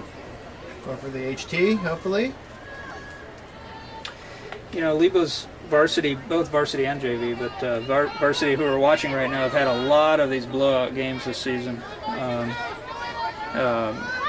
Part of that's the skill, as we've talked about, of this varsity team. Part of it is also the reorg of teams and sections that we saw a couple years ago. Jen Humis breaking free, probably could have taken a shot there, but Could have. I don't chose know. not to. And Lebo bring it out and around again. Mark knows I like to talk about the youth programs. We're seeing this on the JV level. Lebo they're having to accommodate numbers that they haven't seen before on first grade girls youth lacrosse, and it's wonderful. They're having to stretch to accommodate girls. This is the reason why we're in contention for titles for the Whitbill every year, and our JV's killing it every year. It's a great youth program that we've got here, and I would bet that the schools that need to come up more, Alderdice, Canonmac, not to take away from them, but I bet they don't have girls in the first grade trying to play lacrosse, right. and they don't have a youth program like Lebo does. So hats off to Kristen Reisinger, Tim Murdoch, who's commissioner. Kristen's the head of Lebo Lacrosse, and been doing a lot of work for a lot of years, and a great job. Oh, that's unlucky. A misguided pass ends up finding the back of the net. I don't think the goalie was a little bit screened on that. As the cutter was rolling through, Avery Tandon was cutting, and it hit the top of her stick and just kind of floated in. I'd like to say Avery, tipped that or chose not to, play it so it would go in the goal, but I don't think that's quite what happened there. So. Although I think she'll get credit for the goal. So. That's right. All right, she's a senior. We'll give it to her. The stat book will argue otherwise. That's right. We have 8-0. Tell you what, 12 minutes and 30 seconds left. Mr. Roddy's confused on the goal call. He's thinking through who he should award that to. yeah, this will be interesting. You think they're going to the replay booth? He could be flipping a quarter right now. That's probably. right. Yeah. Draw control looks like it's going to be run down by Reagan Quigley. Nice job, Reagan, and well done there. Another draw control for Lebo. Possession's really been all Lebo. A lot of time down here on the right side of the field. Lebo and White moving left to right, and a lot of time in the offensive zone for them here. And Cutter was open there, but Baldwin defender was in good position. Mount Lebanon goal, scored by number 6, Reagan Twiggy. Oh, did you say we're Well, and they must have flipped a three-sided coin because Reagan, I don't think, was involved in that play there. It was, they awarded it to Reagan? Yeah, it was Kenzie King took made the pass, quote unquote. So I was thinking Kenzie would get credit, but Lebo doing a nice job there of redefending. You really want to see your attackers redefend like that and your middies. Yeah. Make it hard for the other team to get the ball down the field into the offensive zone. That ball is a regular hot potato here for the last 20 seconds or so. Finally, Yeah. it's picked up by Baldwin. Getting ridden hard by the attackman. Yeah, it's Said to the goalie, so set up a clear for Baldwin and see if they can make it happen here. and a pass into traffic, picked up by Saba, and She's going to roll back out, I think, and reset it. Probably get back in her defensive spot. nice interception there by Saba. And back to Husak in the X. Got to hustle all the way back. Saba. Oh no, she's playing up. She's staying in the attack zone here, so we'll see. Tough catch in front of the goal by Tandon there. No chance of shooting. King with the ball outside the 12 and being rigorously defended, which is dangerous against King because she can beat you, and she does. Unassisted goal there by Kenzie King. Some couple nice moves in that little sequence there by Kenzie King. Good defense. I mean, the defense held on for 2 of those moves, but the third one, she got beat to the inside. If we give the pass to Kenzie, which I think we should, the pass goal, or whatever you call that, this, throw your hats in the air, ladies hat and trick? gentlemen. That's a hat trick for Kenzie King, yes. That is. But she had one prior to that goal. She did? Yes. I will say, I'm pretty sure it hit off the tandem stick there. Well, So, by the rules, last one to touch it gets the goal. So, Okay. Mackenzie has to work a little bit harder to get the HT. all And right. she's not getting my hat until she gets that HT. Okay. Legit. Okay. Maybe we can, we could probably give them each a goal, and when we tally them, nobody's going to be counting anyway. Exactly. Mount Lebanon goal, scored by number 17, Kenzie King. And ball down, person down, and Kenzie King comes up with the draw control. 8-1, Lebo on the draw control, dominating. It's a misfire by King, but as a result of the defender getting a stick on stick there. Out of bounds, and Seems like there's no extra balls laying around. yeah, that poor Baldwin player is doing a 50-yard hike to get the one ball. We should say a word, and I was remiss. I think we were talking about before but normally Bridie Kane would be starting at midi in a non-senior game. She's a senior for us. Unfortunately, Bridie tore her ACL against Cannon Mac, and she will have surgery next week. But really tough situation there. We definitely miss Bridie out here with the other seniors. Yeah, and we could use her skill on our big matchup on Saturday against Bethel. Yeah, Reed's talking about a 2 o'clock game against undefeated Addie Donaldson with a beautiful save down low right there. Hard shot goal by Baldwin, but no problem for Addie. She was ready and picked it up nicely.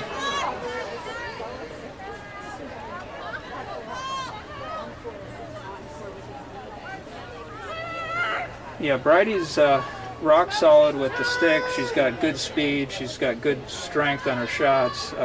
Just a strong all-around player, which is why she was starting at midi, and we'll definitely miss her. Luckily, with this team, we've got a lot of folks who can step up and play. I think winning a championship comes, all teams have to suffer through the attrition of injury. And, it's who has those better players or those players in the hopper ready to go. So Saturday will be a test. That'll be a fun matchup. Bethel Park Nice. That's a good look. Good pass. She looked and thought about the shot. didn't have it. I think she made the good decision there. She I think so. looked and saw that the goalie was sliding. She also had a little defense I agree with you, Reed. Oh, almost. You don't want to shoot on. You can have a dangerous follow through if you're if the defender's in good position. You're not allowed to shoot. It's a foul, and that defender did have good position there, to her credit. But Baldwin bringing it down for maybe only the third or fourth time in the game down into their offensive zone. They may get a free shot here, eh? Either an inadvertent trip. It was right on the edge of the critical scoring area. We'll see if it's an 8-meter. See where they give her the ball. It's kind of on the corner there. And it'll be indirect. She's out at the 12-meter. That seemed not where the foul occurred, but good for Mount Lebanon. Ref directing traffic. There's new rules about starts and some confusion really on the part of a lot of players about waiting for the whistle or not waiting for the whistle. You don't have to wait for the whistle anymore like you used to. You can. Unless it's under 2 Oh, there we go. And nice shot there by number 1, and a better save yet than the shot by Addie Donaldson, her second save of the game. Yeah, that was a nice shot. A little tricky. She was going away from the goal and quickly turned and shot right-handed near post. Addie was there to save it clean. Oh, what a great save by the goalie. Nice that was shot. a sick save right there. Yep, nice That was a shot. hard shot. She saved it with her, I don't know if her shin guard or her foot. If it was her foot, she'll feel that tomorrow, no doubt. Did she catch you how that shot, Ray? I wasn't. Pardon me? No. I was looking down at the moment. I missed out. So Baldwin brings it down. Empty called on number 24. That's Kate Lemondola, one of the starters on D for a nice defensive squad for Lebo. And Baldwin with a free position here out beyond the 12. They really have had trouble getting too many shots off. 9-0 right now for Mount Lebanon. Varsity squad here over Baldwin Township. What's Baldwin's mascot? Any of you guys know? The Highlanders. The Highlanders, that's right. Okay. Scottish.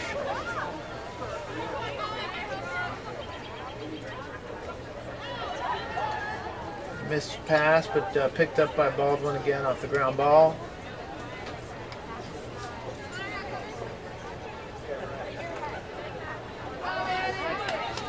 Looking for a pass through the middle there, but Donaldson jumps and snipes the run there, passes it out. We get a good clear. That was 32 Laura Gerard with a nice play there. And Gia Capristo, also a senior, being recognized tonight. She'll be going to James Madison University next year. She had started playing lacrosse, I believe, her junior year. So she did play off and on in the youth program, and I know she's played basketball quite a bit. Nice basketball player. And nice to have her out here tonight. Testament to her athleticism to be able to make the team after not playing for many years. So Absolutely. good that she's sticking it out and playing this year. With our Kansas season last year, it makes it, a lot of these kids haven't had as much stick time as they normally would have. Really fortunate in a lot of ways to even have a season this year. So it's just great to be back out here in so many ways, and especially for these seniors to be back out after missing their junior year. So a lot to be grateful for everyone, but having a great season as well. Lebo tied for second with Upper St. Clair, I believe, or no, they're ahead of Upper St. Clair, so they're in sole possession of second. Upper St. Clair has 2 losses, Lebo has 1, and Bethel Park is undefeated, although Bethel hasn't played the same roster of teams that Lebo's played, so it'll be an interesting matchup, like you said, Reed. It's going to be a very good game. on Saturday. Home game. Come on out and cheer them on. Blue Devils on. We need This Saturday, 2 o'clock, against Bethel Park. I know they have a strong roster of middies. One in particular is, I believe, headed to play in college, and that's Miller. She's also a basketball player. I don't know if any other players are headed college bound, but I've heard very strong midi play. Not different from Upper St. Clair, perhaps. Got to think that we're going to, nice little pick. Oh, Kate Lemondola brings it down quickly. Could have been a shooting space call, though we don't have the angle there. Would have been fun to see Kate take an 8-meter. she's quick. She's quick. She's definitely got some wheels, and she's an aggressive player, which you love to see. That's right. What year is Kate? Sophomore. Kate's part of that great sophomore class, great freshman class, great junior class, great senior class. It's a fun team to watch. 2 minutes remaining in the first half. 2 minutes, as you heard, and Lebo's leading 9-0.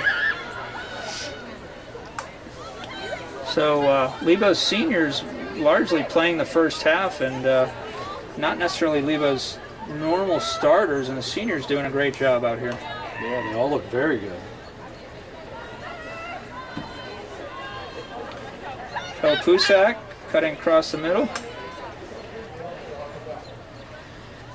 Back to Tandon, over to Humis.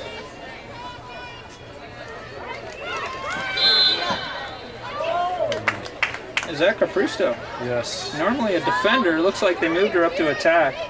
Give her a little bit of a chance to score. She's going to get an 8-meter shot here. Let's see what she can do. Fill the net. Let's see if we can get another senior on the board here. Let's go. And Gia Capristo lined up on the 8-meter. There's no doubt she's shooting this ball. And a nice shot, just a little bit wide of the goal, and the goalie did a good job of positioning, forcing it there, and Baldwin comes up with the ball, bring it down. They're going to get double covered. We'll see what happens here. She stepped out of bounds, I think. And nice D. They doubled her, and it's going back to Lebo. Good redefending again. Yeah, and I think on that Caprista shot, being able to step up and play a little offense, she's shooting that ball on her senior night. And Jenna Lebo, another defender, a lefty. Beautiful shot there. That's it, Lebo! Beautiful shot by Jenna Lebo. Again, moving up, and now it's 10-0 Lebo, so they're going to keep the clock running now. Normally you stop the clock inside that 2-minute mark, and we're up 10-0, and great shot, great chance to shine. It's harder to shine on D, let's face it, guys. That's right. D is so important, but you don't get the spectacular. You don't get called up. Jenna Lebo. Jenna, a longtime lacrosse player, also a basketball player, and great to see her score here. I'm curious to see how many of our seniors have found the back of the net tonight. It's a good number, Reed. 12 seconds left in halftime, and with the score 10-0, the clock's just running while they adjust there. It looks like, is that Brooke Lochran, another defender on the draw? I don't think they're going to get it off. And that's the end of half number one. 10-0. 10-0. Touchdown and a field goal. And to your question, Reed, we've got, let's see, 1, 2, 3, 4, 5. 5 different seniors scoring in the first half. Jen Humis, Mackenzie King with 3 goals. We kind of debated on those. And an assist, though. I won't talk over the PA, but we'll get back to the tallies here in a second. Chamberlain in the Cleary Realtors. Climatech. Flume Lambar. Fort Lee Capital. G6 Builders Construction Company. Good Orthodontics. J&A Landscaping. Law offices of Olga Salvatore. Reisinger, Comer, and Miller Law Firm. Riley, Hewitt, Whitty, and Romano Law Firm. Rolling Wood Building Company. Taco Diablo, The Porch, The Saloon, Toss Pizza and Wings, Wendy Williams and Associates, Attorney at Law, White Realty Advisors. Hopefully you heard our corporate sponsors there. So scoring tallies for the first half, we've got Kenzie King with 3 goals and an assist. Great half for Kenzie. Going through the seniors here, we've got Sarah Tabak with 2 goals. She had 2 in the first minute or minute and a half. That was great. And then Hope Husak, who's an attacker, drew blood. She has 1 goal. Jen Humis, another attacker, has 1 goal. And Jenna Lebo, normally on D, came up and scored a beautiful shot there by Jenna, and great to see her shine.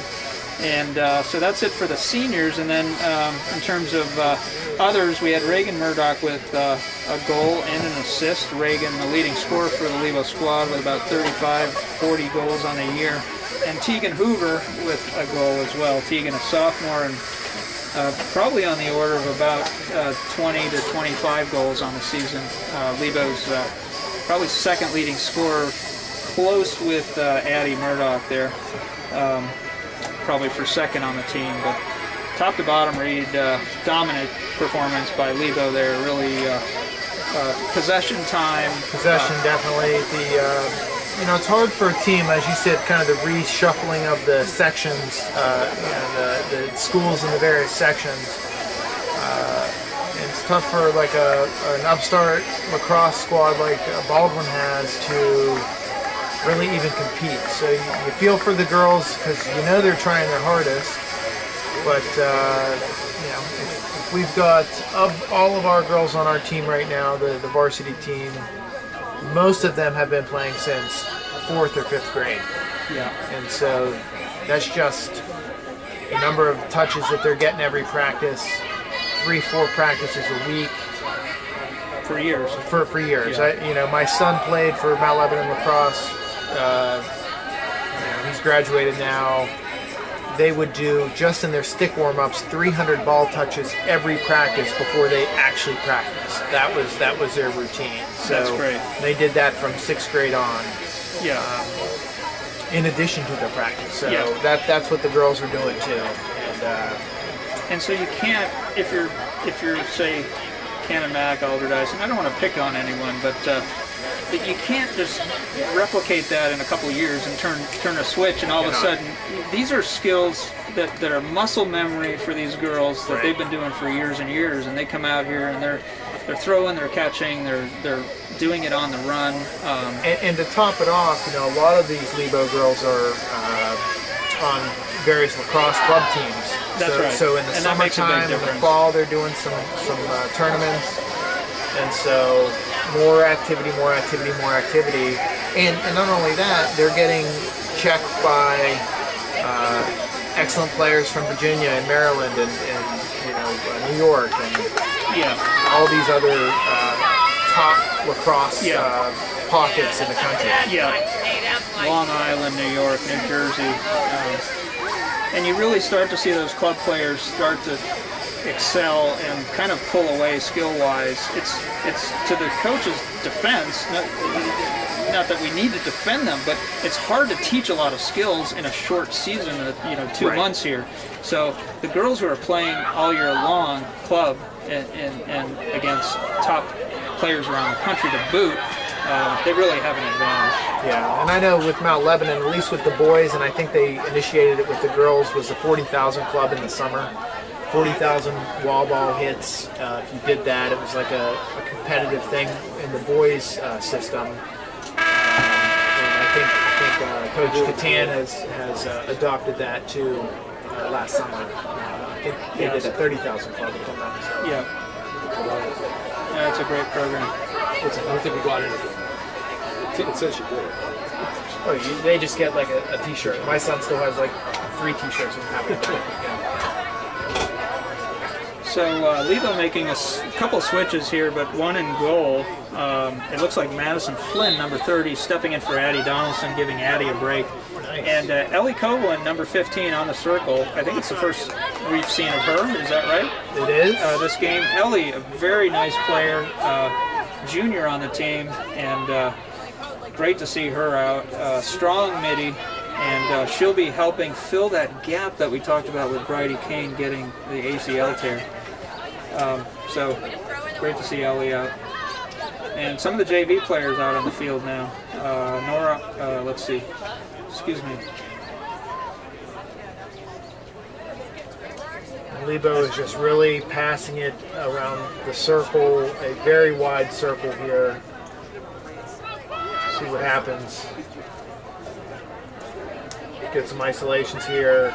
Morgan Daniels, number 3, very strong player on the JV squad. I shouldn't really categorize her as a JV player. She's stepped in and played in a number of varsity games. I just know she's a star on that JV team. So think of her in that regard. But nice for some other players to get playing time here. A few of our seniors still out. That's Tabak, Lily Gerard back in the X there. Hopefully if we score another goal, it will be Tabak to get her hat trick. It'll be another cool experience for her on senior night. Yes. Nice little bounce pass. Lebo definitely kind of taking their time here, running some clock. Not looking aggressively to score. Hope Husak beats her defender, though, out at the 12, inside the 8 shooting space. And we'll have our, let's see, 4th 8-meter shot for Lebo of the night. We're 1 and 2, so 1 out of 3 so far scoring. 2 misses and 1 score. We'll see what Hope can do. Hope already has 1 goal on the night. She's ready. Beats her defender.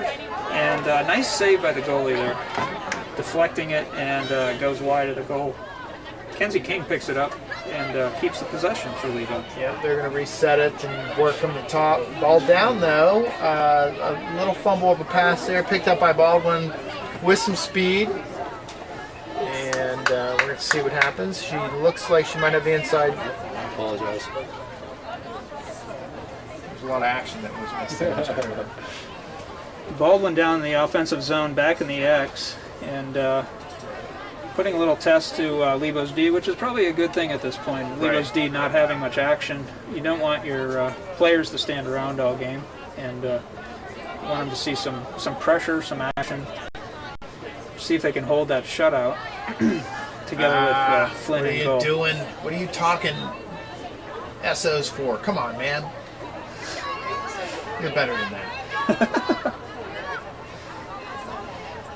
Are you worried about me jinxing them, Reed? Yes, well, I mean, come okay, on, I okay, can't even okay. speak the word. Yeah, well, Mark did it a few games ago, and I didn't want him to do it and feel bad again, so.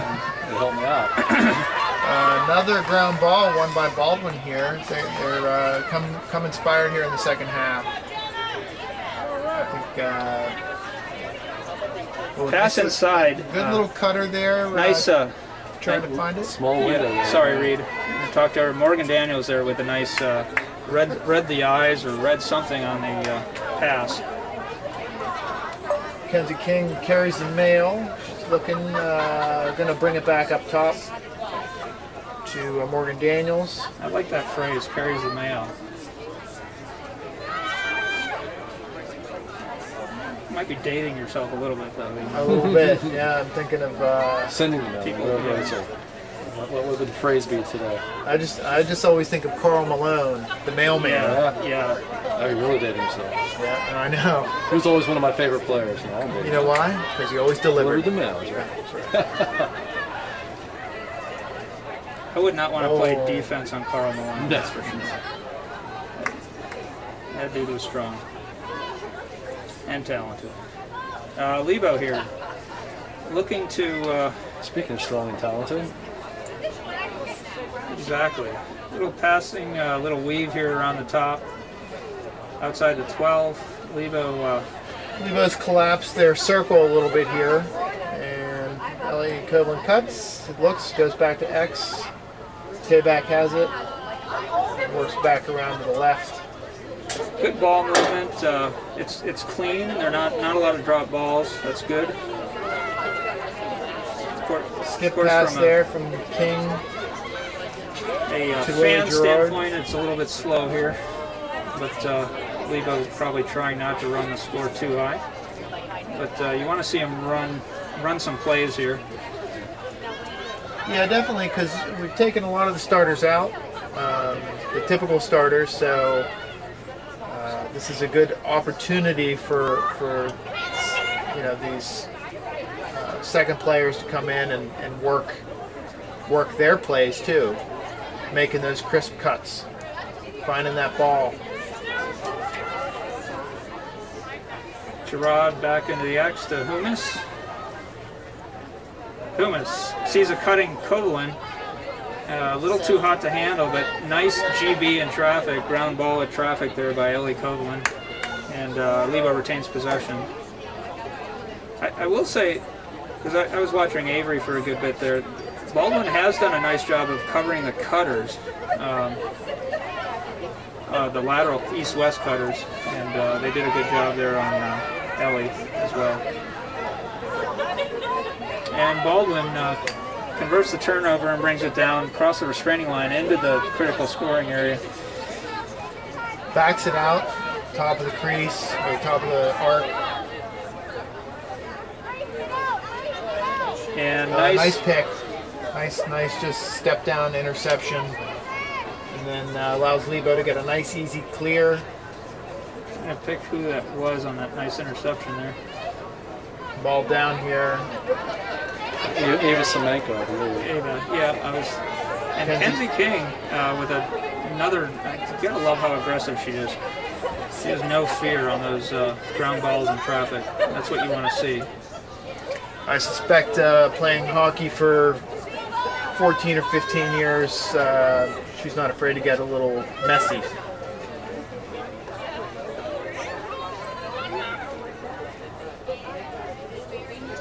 I don't think I'd want to get checked by Kenzie. She's, pass kind of took Hope Husek by surprise there, and it was a little bit behind her. Goggles flew up. Lebo not getting any good looks at goal here. So Baldwin D doing a good job on this squad of attackers. But you know what? I will say that Lebo is moving their feet the whole time, making these passes. The passes aren't difficult, meaning the recipients are getting open. It's exhausting for the defense to be tracking those players as they're cutting through.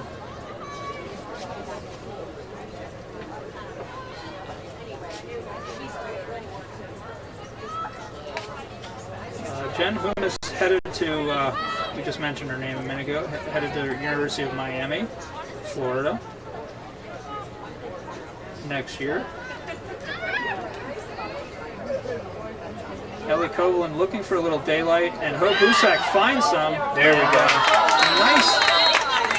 Nice little weave there with Kovlin. Husek breaks free, and one on goalie places the ball lower left. Nice goal by Hope. And let's see, that is Hope's second goal of the night. That defender got a little confused, and that was just enough space for her to get on the outside hip of her and shoot right-handed for the goal, far post. So another senior scoring for Is that number 6? 6 of our seniors, or is that her second goal? That's her second goal.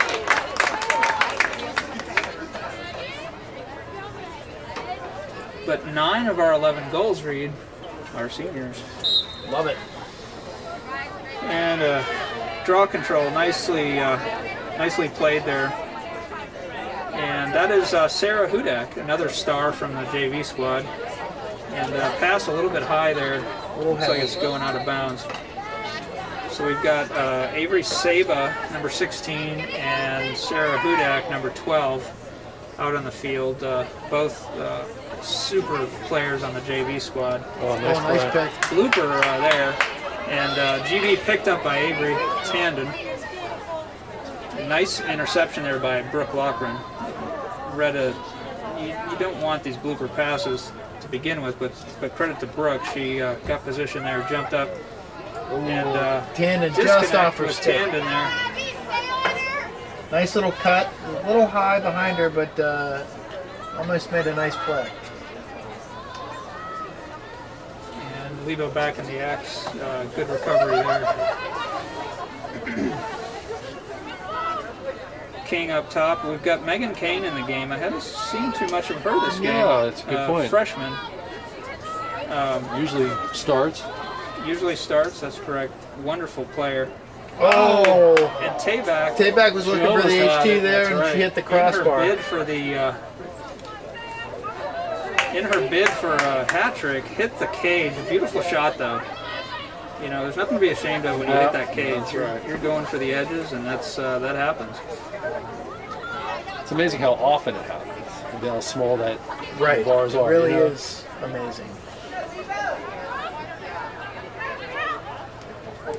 And the fact that it bounces back out, not Right. like Broken. deflects into Yeah, that. that's I mean, the pipes are rounded. And that's a little aggressive checking there by the Baldwin player, but no call.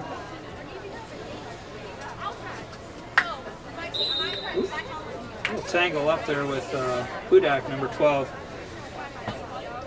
Hudak, one of a handful of really star players on that JV squad, scoring a ton of goals so far this season. In the sphere there with the stick, called on Jen Humas. The ball will be retained by Baldwin, and we'll see if they can get it down across into the offensive zone here.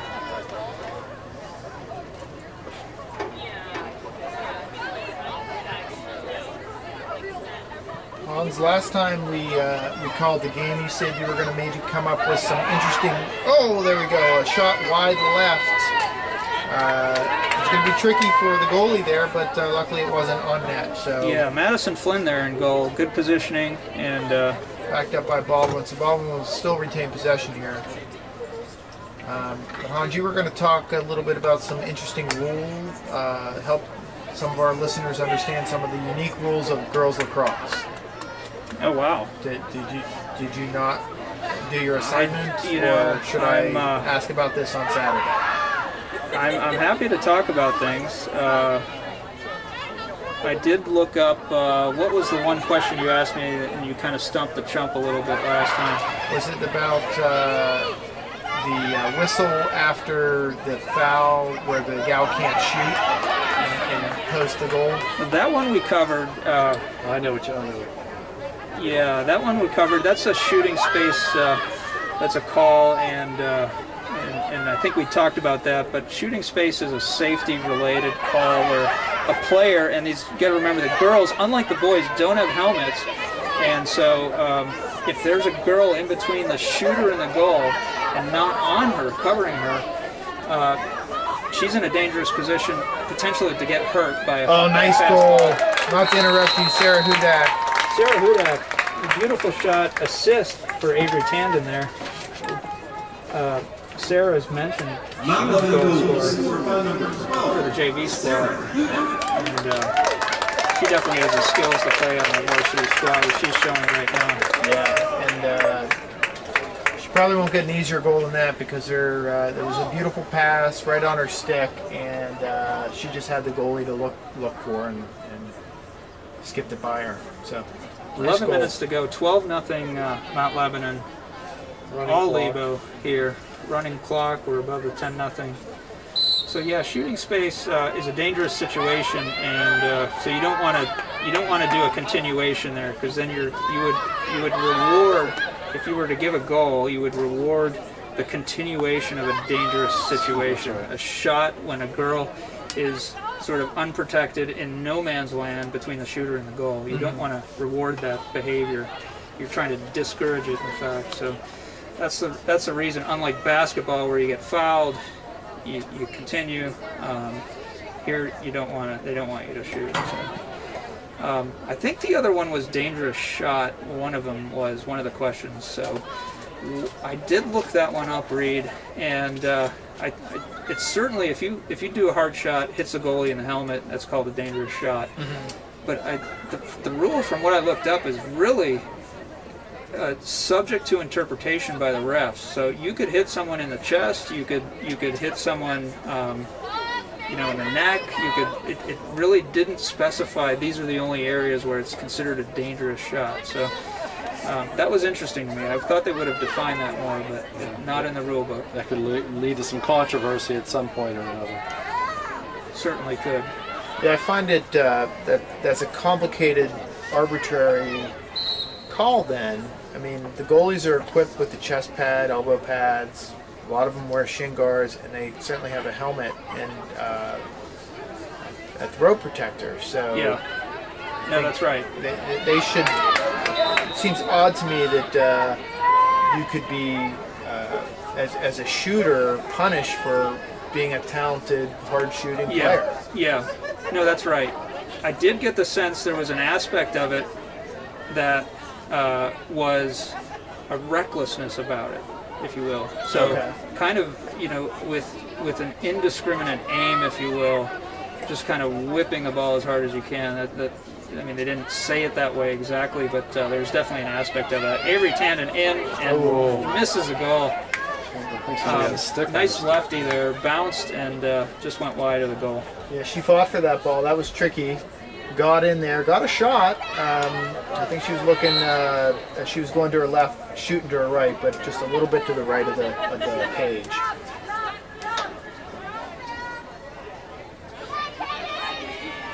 So Baldwin bringing it down left to right here.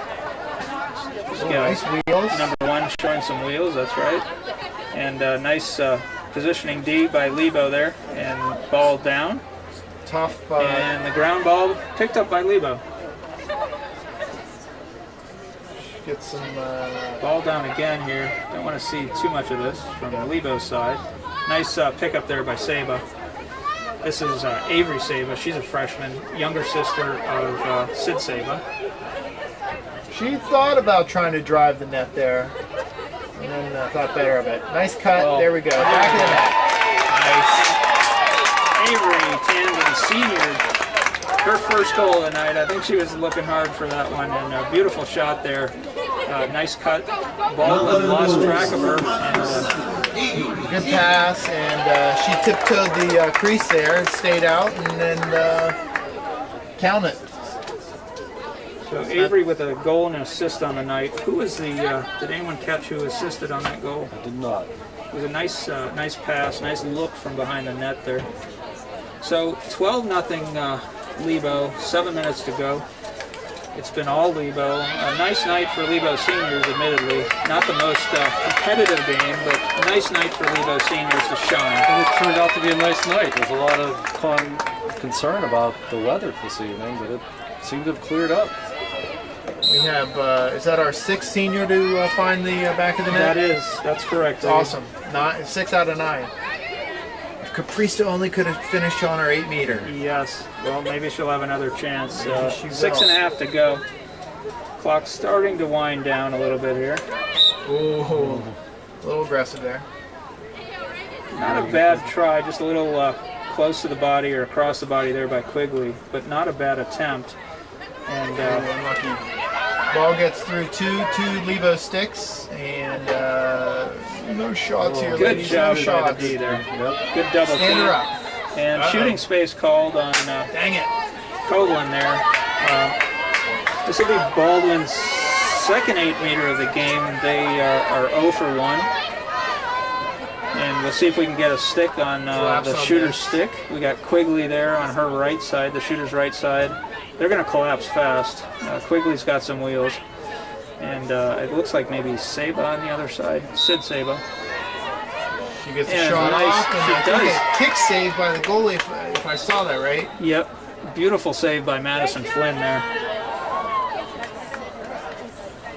Yeah, I'm It's not backed up here. I don't know. I didn't see what happened. I didn't either.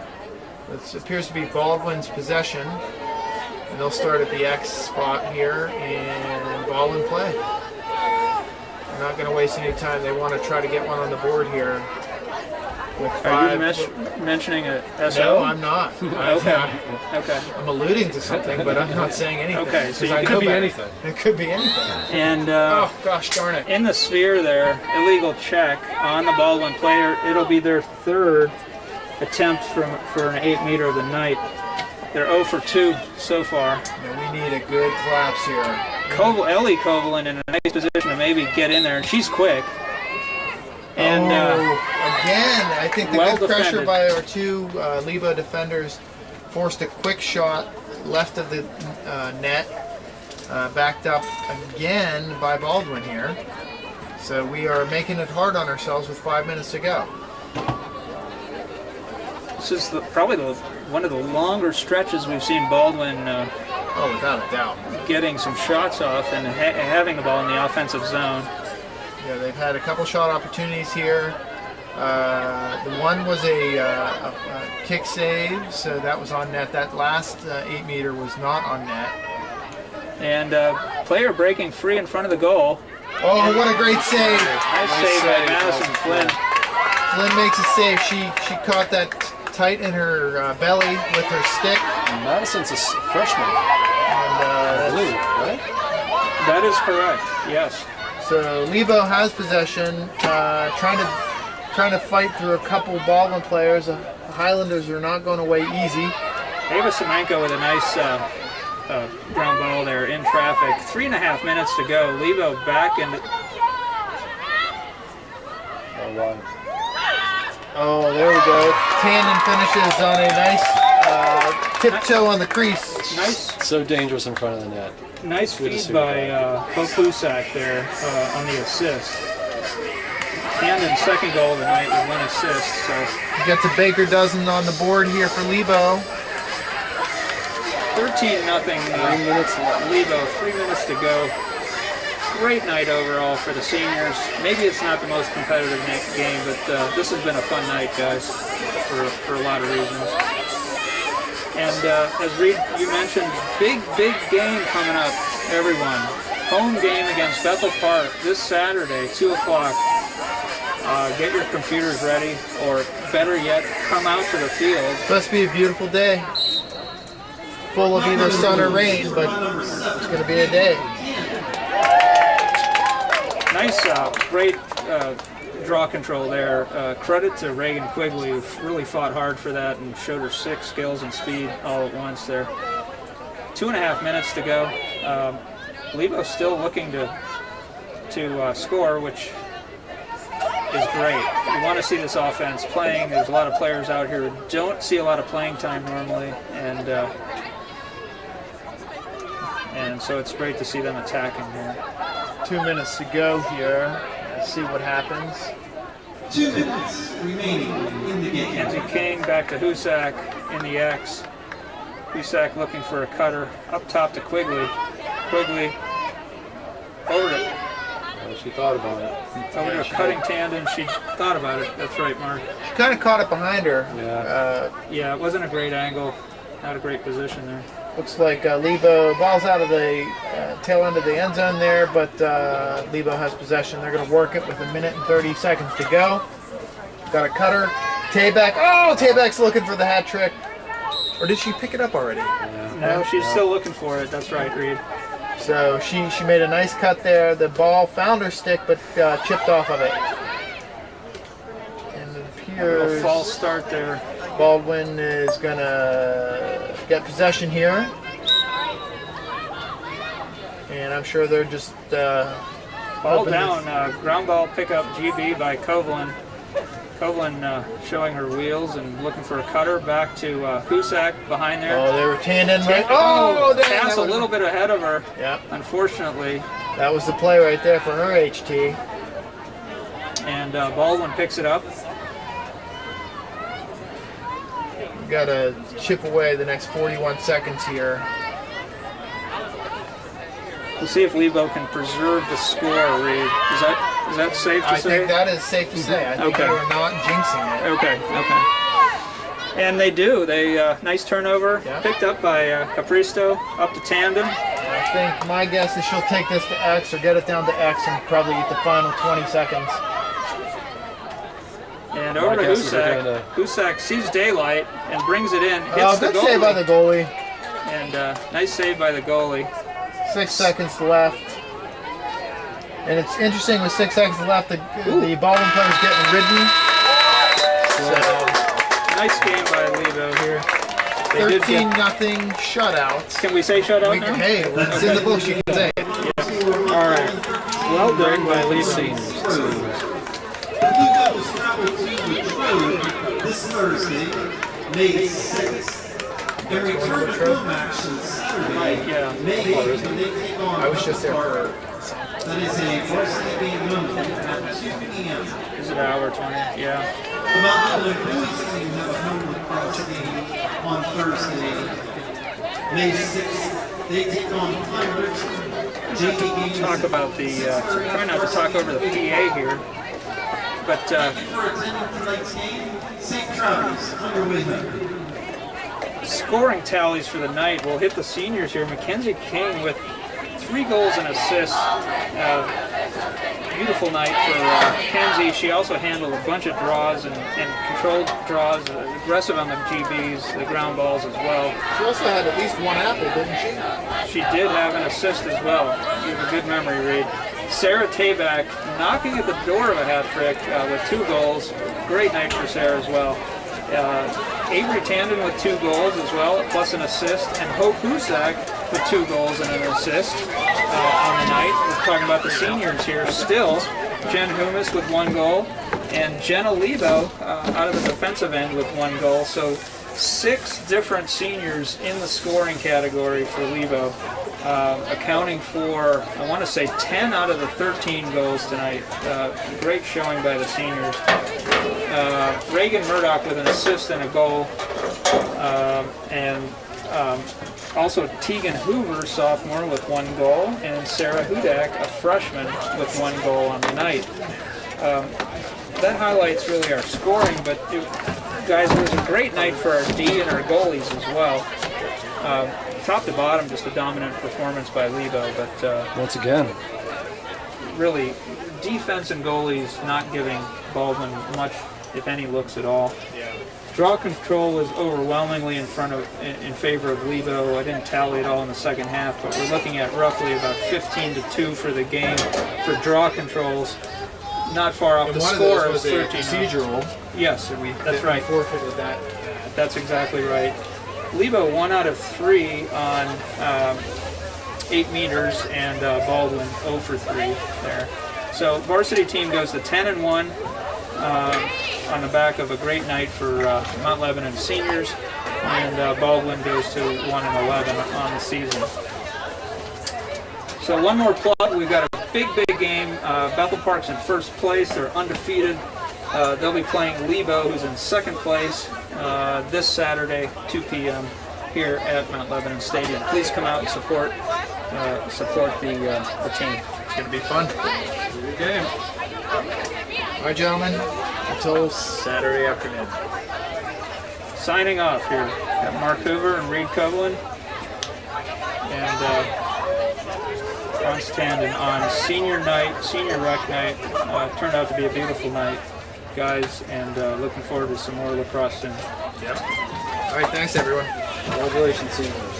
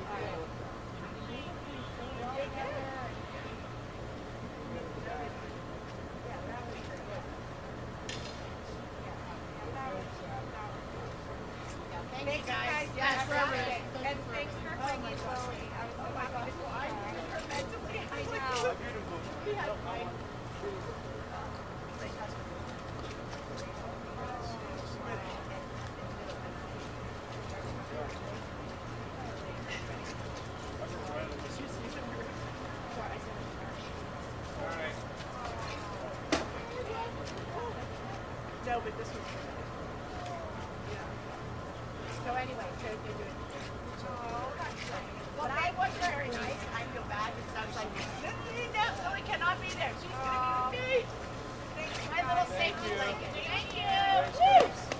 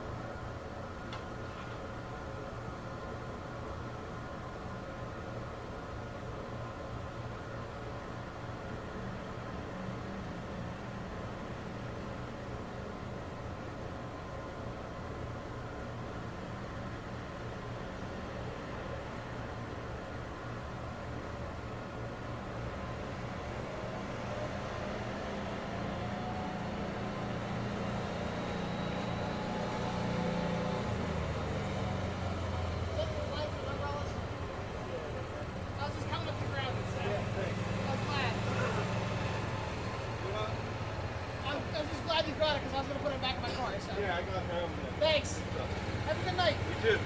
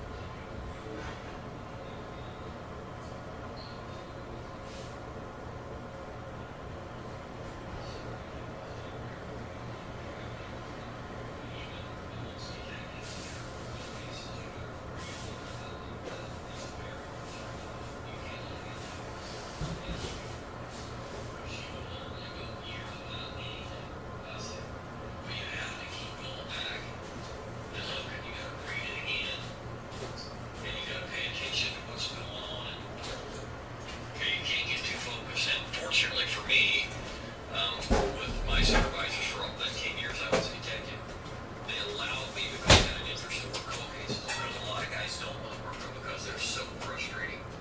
I know a lot of detectives who are fantastic detectives, but they don't do so well on the cold case side because it's just so grinding. You just don't get anywhere. I feel like I'm never gaining any ground. Okay? I don't mind that. I mean, it's still frustrating, but I can deal with it.